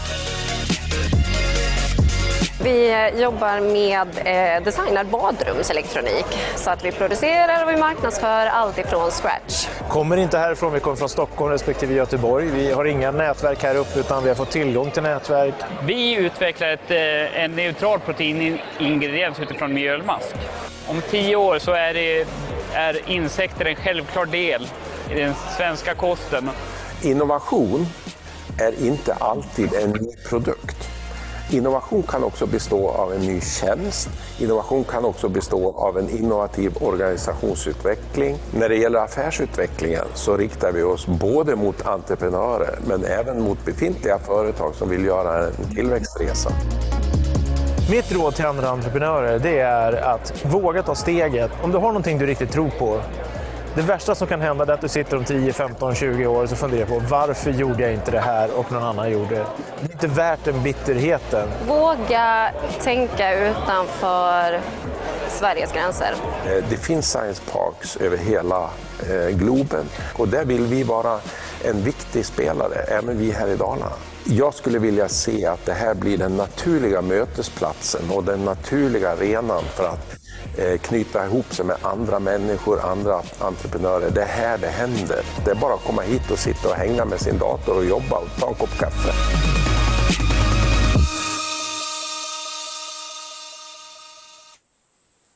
Okay, as you can hear in the film, we just show you, we are the place for innovation in Dalarna.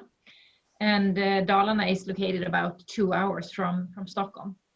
And there are science parks all around the globe. So as a science park, we form part of a national and international system of innovation for the exchange of knowledge and collaboration. And we provide support to businesses and talented individuals so they can do great things with their ideas. And when it comes to business development, we can provide assistance in the development of the business itself, their team, and themselves as individuals. And we do that through coaching, financing, sustainability, innovation, and networking. And as you heard in the film that we showed in the beginning, innovation, sorry.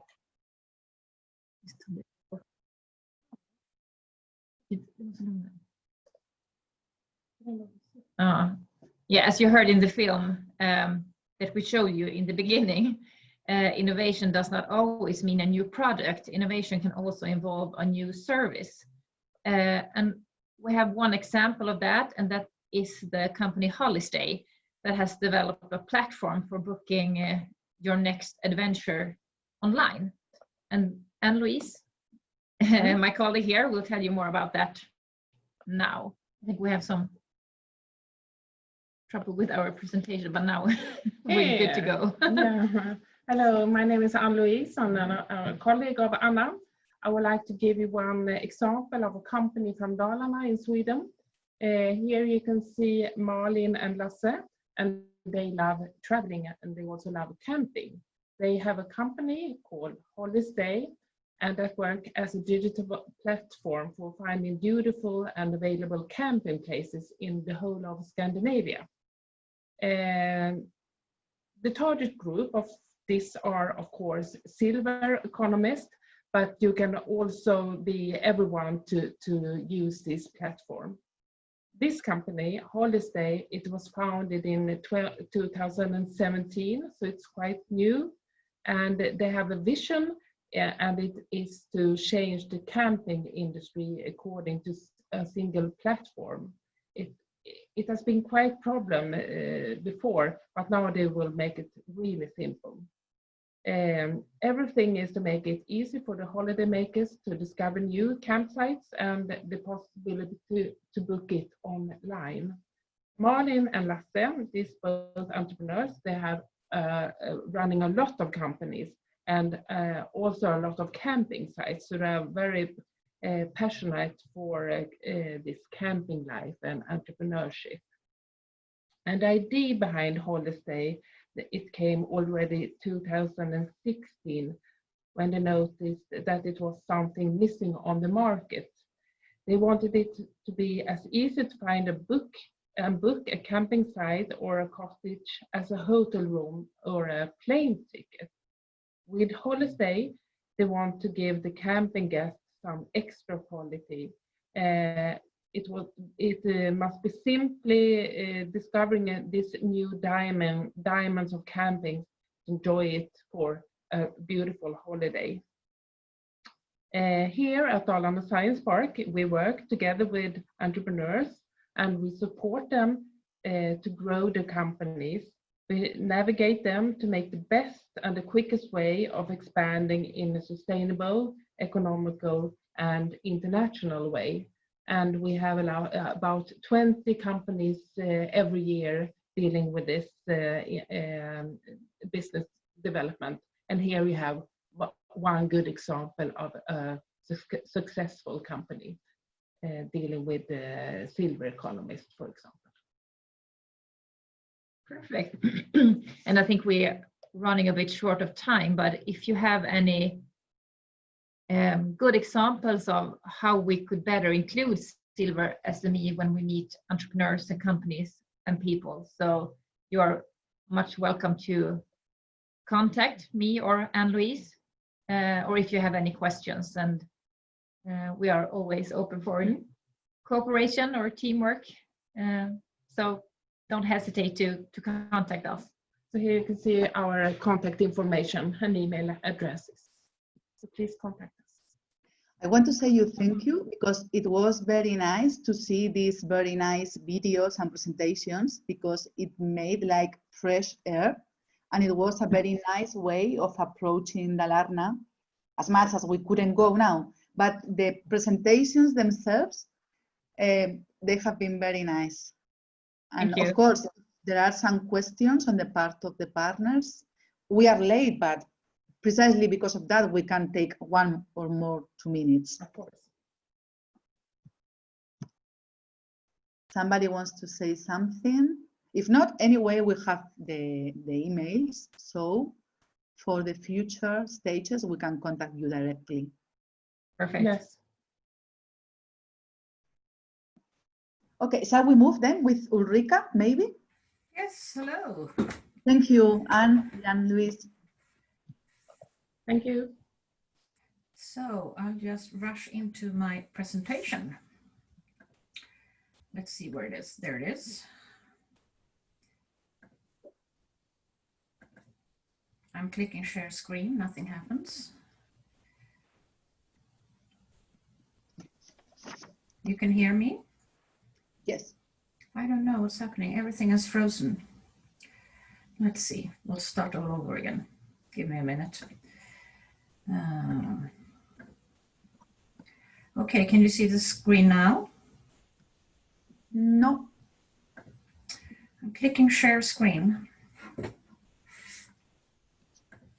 Not yet. Okay, let's do like this.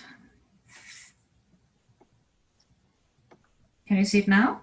Yes. You are screen sharing, but now it says something about I'm not in the meeting, that I'm shut out. Is that correct? No, you are still in the meeting. You Good. can see and hear you.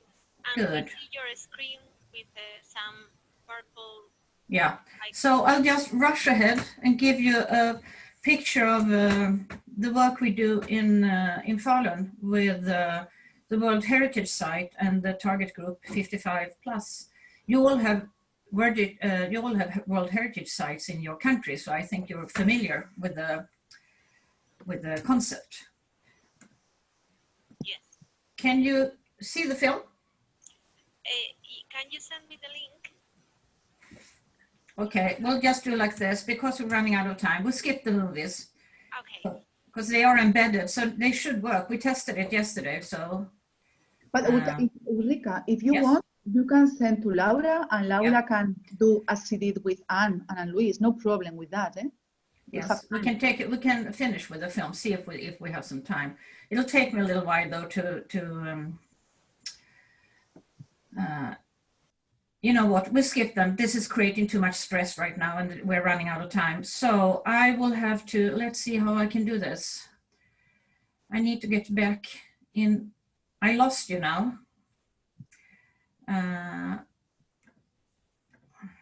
No, we are seeing you and listening to you, Ulrika. Yeah, so you see the presentation now, right? You see red picture? No, we only see something. Okay, let's see what happened. Albert's group. Yeah, share and screen sharing. Let's see if it's working now. You are screen sharing, it says. Now, yeah. Yeah, good. So to give you just a picture, within the World Heritage Site of Falun, but also in the Dalecarlia or Dalarna as a tourism destination, we are developing new sites and products for this international and national target group 55 plus. So this is basically also a tourism project. And in order to reach this target group, we all know some of us are part of the group. We are curious discoverers. When we travel, we want to do it safe and sound. We search for new experiences and new knowledge. We want the culture and outdoor activities to be nearby and combined. It has to be easy accessible, both physically, but also on the internet. I mean, this is a rather modern group today. They are used to use digital tools in order to book and experience different things. The good infrastructure is important, from quality accommodations to qualified local food. And of course, they want value for money. Who doesn't?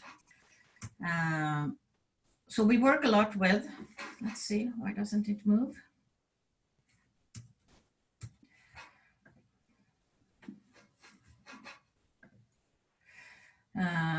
We work a lot with quality certification, so we can actually qualify that the destinations and the SMEs are really providing what they promised.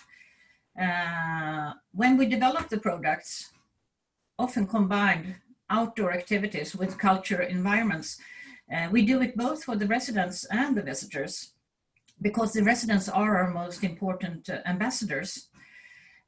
We work a lot with creating the cooperation between the public actors, the companies, and the associations involved in Dalarna to really see what's unique, what can we present, and how should we do it to really reach this target group. And because the World Heritage of Falun is an old copper mine, we try to combine both the rough, the industrial heritage, it's a tough heritage, and the really beautiful surroundings, the graceful gardens, etc. So you can really have this experience of two worlds. And of course, we want to preserve our living cultural heritage and our identity, but still working with development and being modern. So it's really a combination of taking the tradition into the future. And when it comes to the Great Copper Mine and the historic town of Falun, I'll just see how I can, I would need to, let's do like this. Yes, the Great Copper Mountain has a lot of unique historic sites in the original places, which is why it's a World Heritage. And it's really an accessible industrial heritage. We have a lot of museums. We have the old town with its history from the workers' neighborhoods, wooden parts of the town, to the more formal parts with the town hall and old churches. So there's really a lot to see for this target group. Then we have the surrounding landscape, the master miners' estates, and they were pretty lush. Some of them, this one is Old Starberg from the 17th century. This means that we have the landscapes around Falun to combine in different kind of experiences. And these places are open year round, and because Sweden has four very characteristic seasons, you can really experience these places all around the year round when it's winter or summer, and it's totally different aspects that are presented then. We work a lot with outdoor adventures. We're trying to connect the cultural heritage in the World Heritage Sites with historic footpaths, new bike rides, guided tours. And of course, we're trying to work a lot with this combination to really attract this group that is really interested in learning more and still be moving around. There is a health interest also in this group that we want to take care of. We are right now engaged in 3 projects.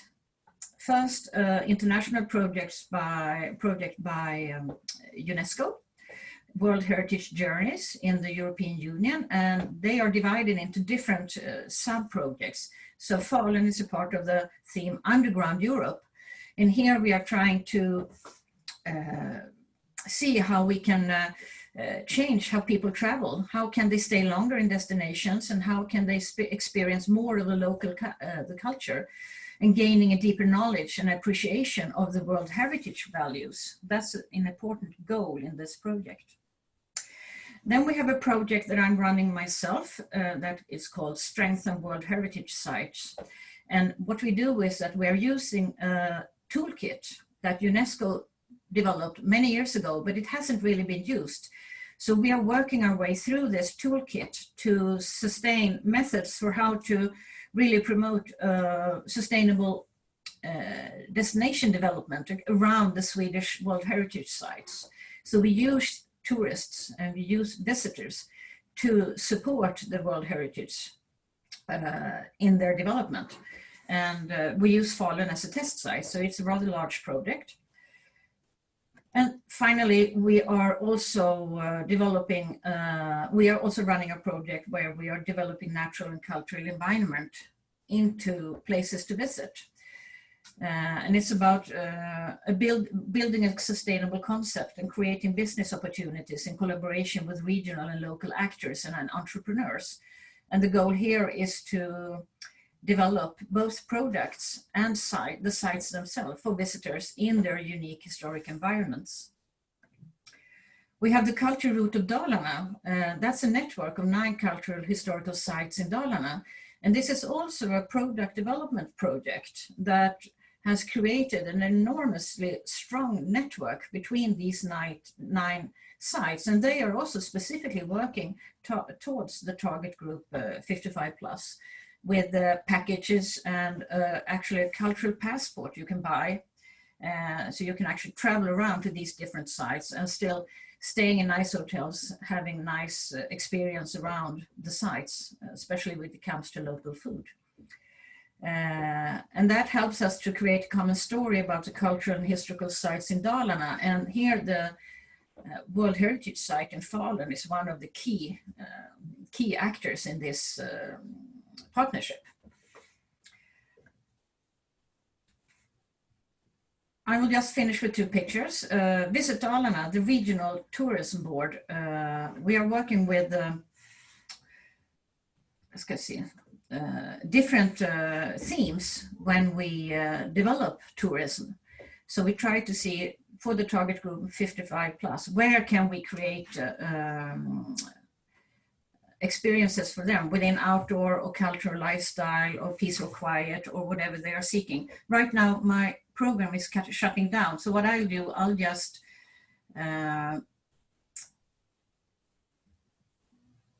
let's see where you went.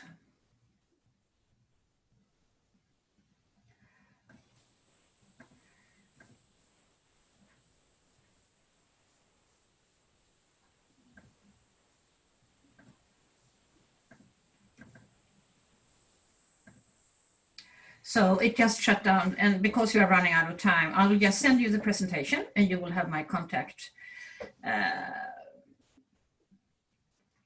whatever you call it. Thank you so much for letting me talking about the World Heritage in Falun and how we try to invite the target group 55 plus. Thank you very much, Ulrika. Thank you. Thank you. Emma, we can't hear you. Oh, sorry.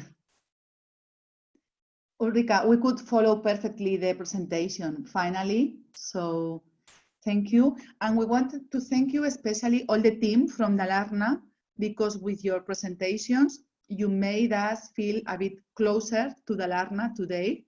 We will visit you in the future, and you made us understand clearly how you are using your local resources to include within them the seniors group that is the target of the project. So the presentations about Falun, but also the Dalarna Science Park, the gamification, from different perspectives, they introduced us, Dalarna, and their work with seniors very well. So thank you very much to the team.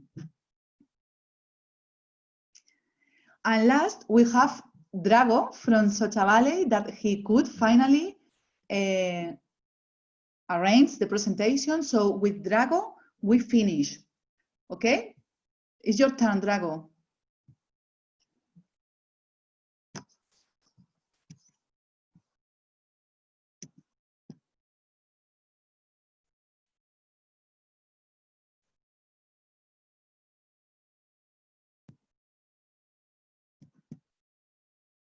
No.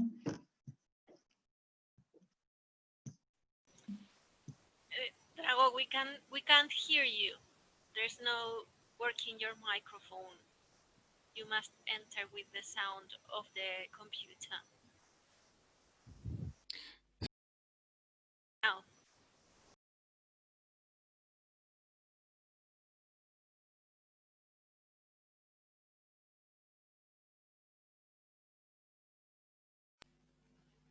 What about now? Now. Yeah, it works now. Okay, thank you very much. So I would like shortly to introduce a business initiative which is called Linked Age, and it's also about the senior silver tourism.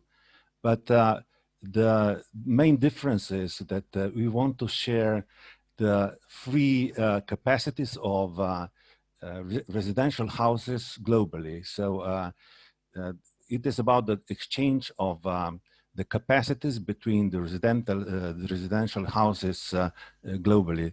The initiator is actually an SME that already works in the tourism by offering these shuttle buses to different local cities with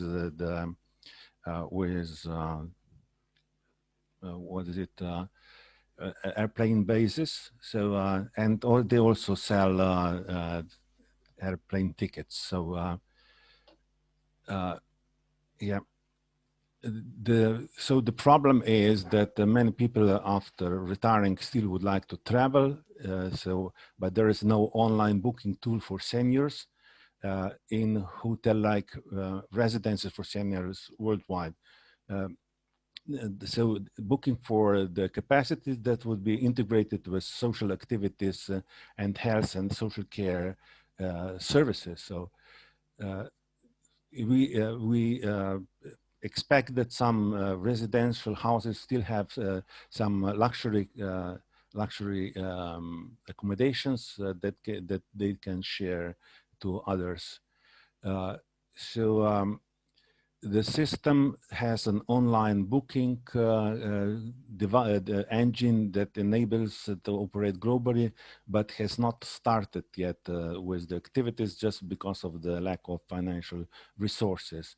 So, but the objective itself is evident. So, enabling seniors to go there, to go to the locations where they can expect higher degree of trust, safety, some personal support at their travel, and so enjoying also the hospitality of people in different cultural environments. The purpose is to achieve the 30% cheaper accommodation than in traditional hotels. So we expect that there will be a qualified staff that would offer the same level of services to the tourists as to their own residents, that there will be some social health and social care at the location and safety reassurance for 24 hours. So, and additional to that, there will be some tourist agencies working with this system, within that system, that would adapt their offers to the aging population. So it is about the cooperation with the local tourist agencies and capacity providers. So what kind of residency we expect? We count on the short and midterm holidays of seniors, lasting up to 1/3 of the month. And additional to that, we count on long-term stays in seniors resort, let's say after retirement for a longer period of time. And also about the swapping of the rooms, like in Erasmus system, so to exchange the rooms between the residents of senior resorts. We already have an online booking system, so you will see it later. And we have started, I'm talking on behalf of the company, so we have started the recruitment of participating organization. So what has been done so far, the company has a business model and a marketing plan, web pages there, booking engine is available. They have started promotion in several countries and in using several medias, but they haven't recruited enough financial resources actually to start the wheel moving. They also won some awards for fresh and innovative business ideas. So this is a snapshot of the web page, and this is the team working on that. The contact details for Vesna and myself here, and direct link to the owner of the intellectual property rights is at the bottom. So that's briefly my presentation. Thank you very much for your attention.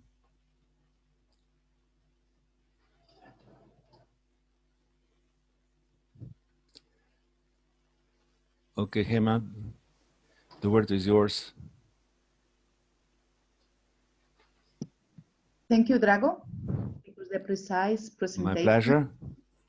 We could make it finally. Yeah. It was very good. Okay, for the partners interested in this experience, do you want to make some question? Everything is clear? I see Bea, Aislinn, Alexandra, I don't know. Barbara, Laura, some question, Mariola? No? It's clear? Paulo? Anyway, the presentation will be available. Thanks, yeah. It will become a good practice in the website. So when the partners make the action plan, they can go back to it and to you, Drago, and to Vesna, okay? Thank you very much. So I think we reached the end with a delay of half an hour. It was bad because we didn't control the time that well, but it was good because there were many questions. And that was the reason, because we did not have many technical disruptions or anything. So it was late, but it was good. So Barbara sent you the link for tomorrow for the partners. So we meet tomorrow at 10 again. Okay. And well, if Laura or Barbara want to say something to close the day. Thank you everybody for participating. I think that we have the attention of many people. As Gemma said, we have many stakeholders that participate from all the territories. I think that tomorrow we will be plenty of energy because we have the more tough part for the partners. So now is the moment to say goodbye. You have your lunch break and eat healthy food because tomorrow we need you very strong. Okay? So for my side, thank you very much. If you have any problem with the link, you don't find the email, please ask to Barbara. She will be very happy to help you. Okay? Thank you very much. Bye. Thank you. Thank you very much. Thank you. Bye. Bye-bye.